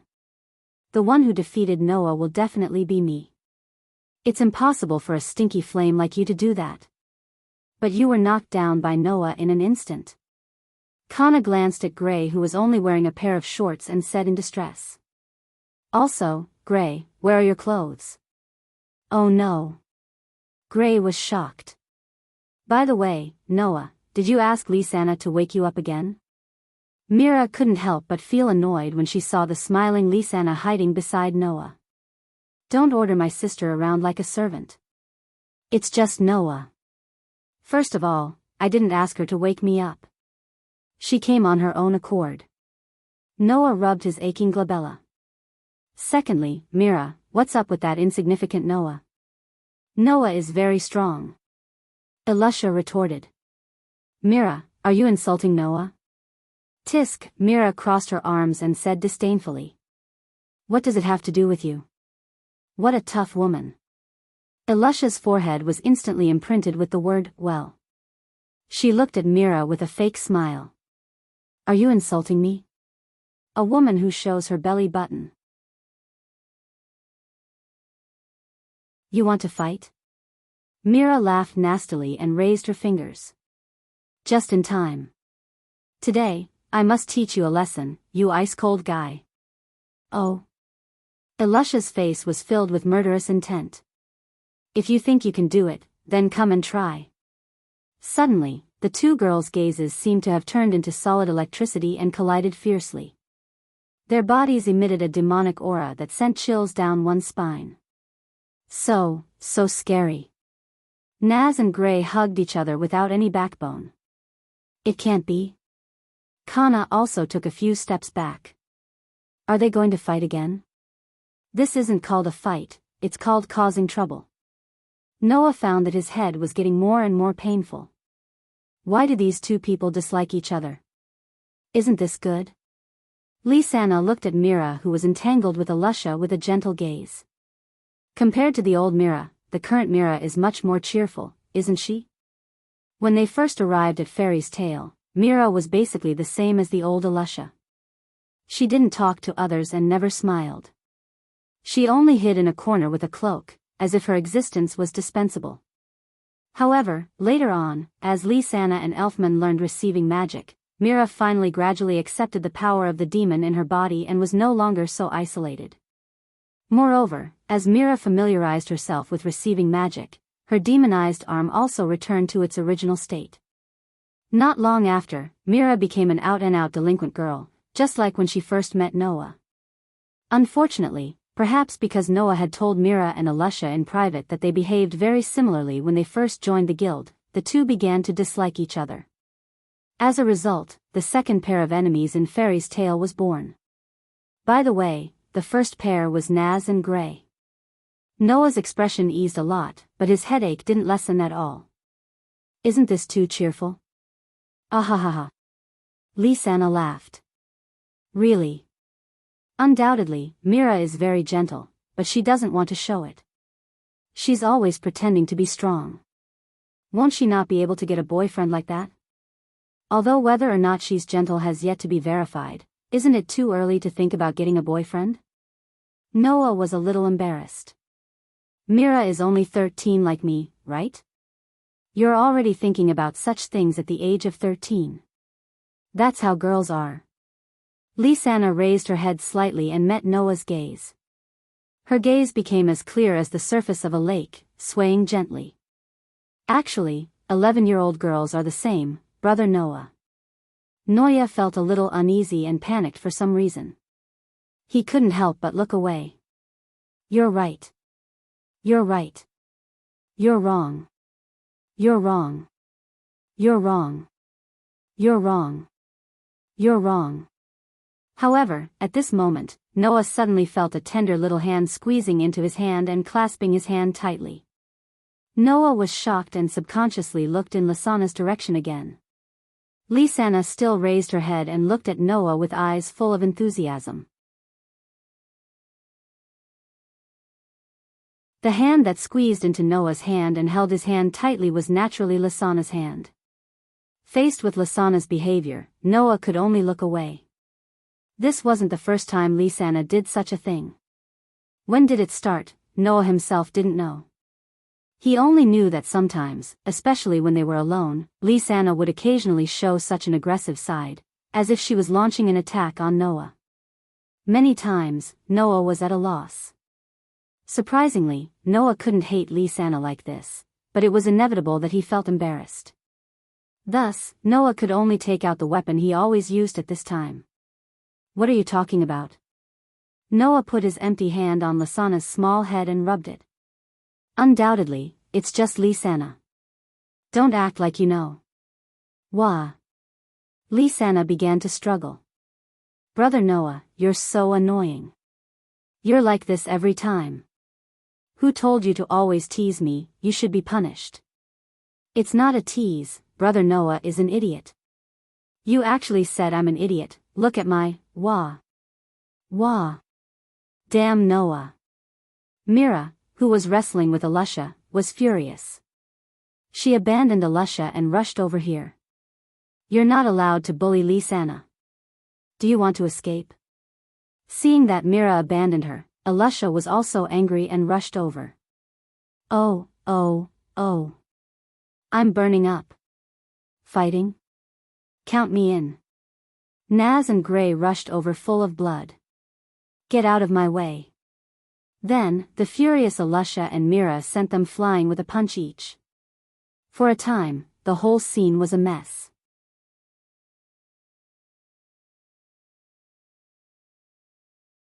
Chapter 41. Magnolia, Forest Riverbank, Clang. In the sound of metal clashing against metal, the two figures holding different knight swords separated from each other and retreated rapidly. It wasn't until they were some distance away from each other that they finally stabilized themselves and stopped retreating. Huff, huff, huff, Noah and Alusha looked at each other with eyes full of fighting spirit. After calming their breathing slightly, the corners of their mouths rose at the same time. You've become stronger than before, Alusha. The same goes for you, Noah. As if they were rivals, Noah and Alusha both let out a sigh of relief at the same time. Then, a new fighting spirit appeared in their eyes. Again? Again. After a short conversation, the man and woman, who were the best companions and also the best opponents, once again raised their swords and got ready for a charge. Unfortunately, before Noah and Alusha had the time to perform the follow-up of this action, a voice sounded beside them. All right. Stop here. Mira stood up and glared at Alusha. Are you trying to prolong the battle without permission again? It's my turn now. Sister Mira. Lisanna, who was sitting beside Mira, complained. Why do you have to time it so accurately? Isn't it better to let brother Noah and Alusha continue their relationship? Not at all. Mira said bluntly. If they continue to fight, won't it mean that Alusha will have more time to train? What if she becomes stronger than me? Sister Mira, aren't you being too calculative? Lisanna puffed up her cheeks. Brother Noah, Alusha, and sister, you three are the strongest among us.